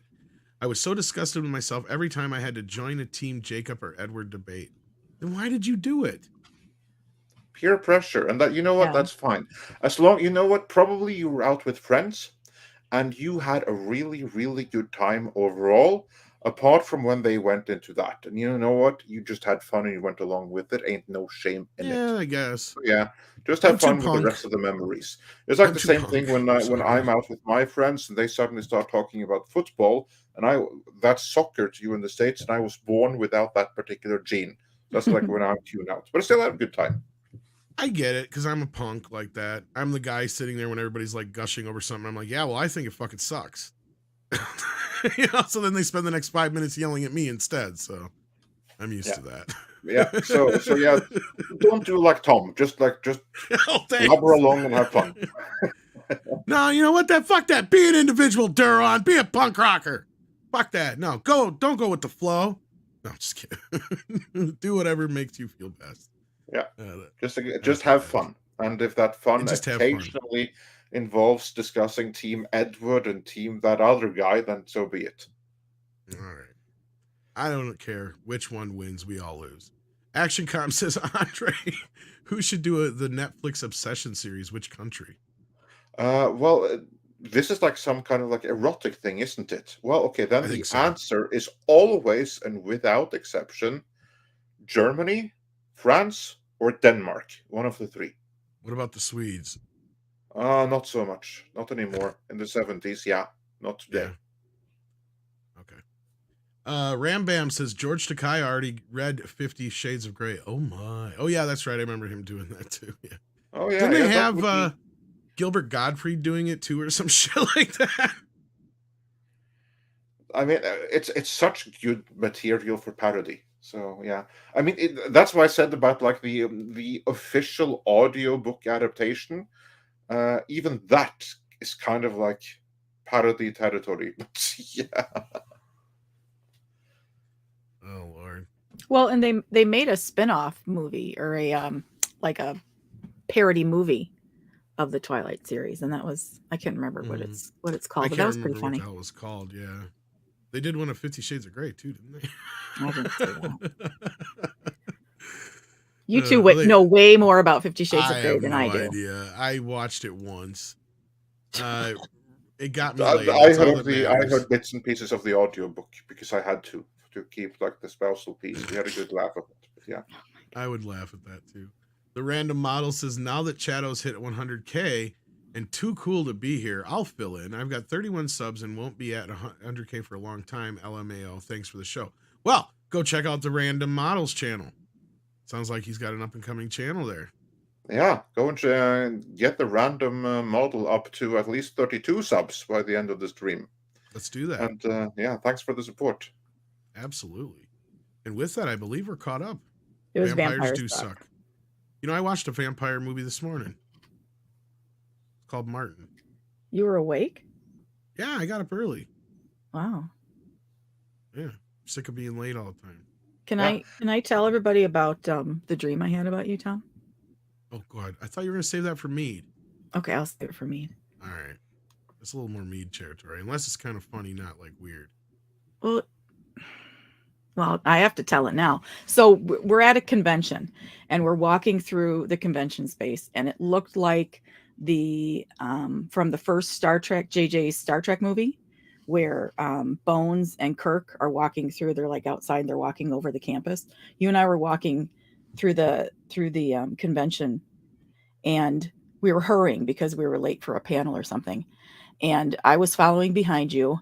And you had taken my hand and were dragging me through the crowd of people. And finally, I just jerked you on the arm and I stopped you and I stood in front of you and I put my hands on your chest and I looked up into your eyes and I said, Tom, if you would just get up 20 minutes earlier, the morning show wouldn't be late all the time. I guess that was actually a perfect time to tell that story. Yeah. Yes, that was my dream. Joe Pat 87 said a super chat. We did get one from you earlier, yes. Yeah. Yeah. And dreams are secret desires. So now we know. That's scary because that's pretty much what it's like going to a convention. Because I've told him, just get up earlier. And it's not even so much about getting up. It's just like everything is so like I know separated. So you have to fucking run everywhere to get to everything on time. It's just crazy. Because actually when I was in Vegas, I got up bright and freaking early. Of course, it helped that I was like an hour ahead of everything I was used to being. because everything's like an hour later, 2 hours later out there or whatever. So yeah. Yeah, but now you're in Wisconsin. In Wisconsin. But anyway, that's it. We're wrapped up. Thank you for the show, kids. We appreciate you being here. Thank you to Paul for being here. Thank you to Six for all she does. Thank you to Culture. Thank you to Script. I don't think I missed any of the panelists, but thank you to all the mods for all your help. I see D-Bud in the house and everybody else. Andre, anything that we forget? Oh, 4K for you later. Anything else? You got a video? Yeah, we do have a video that is being edited and in development as we speak on exactly what is going on with Jonathan Majors as Kang. I don't know exactly when it's going to be dropped, but hopefully in the next 6-7 hours here. Hopefully. All righty. And with that, it is time for some koalas in the rain. Where'd it go? There it is. Koalas in the rain, koalas in the rain, no fucks given. Koala. Yes, Miguel Farah. It is the perfect time to send the last minute super chat. It's literally in the last few seconds. Koalas in the rain.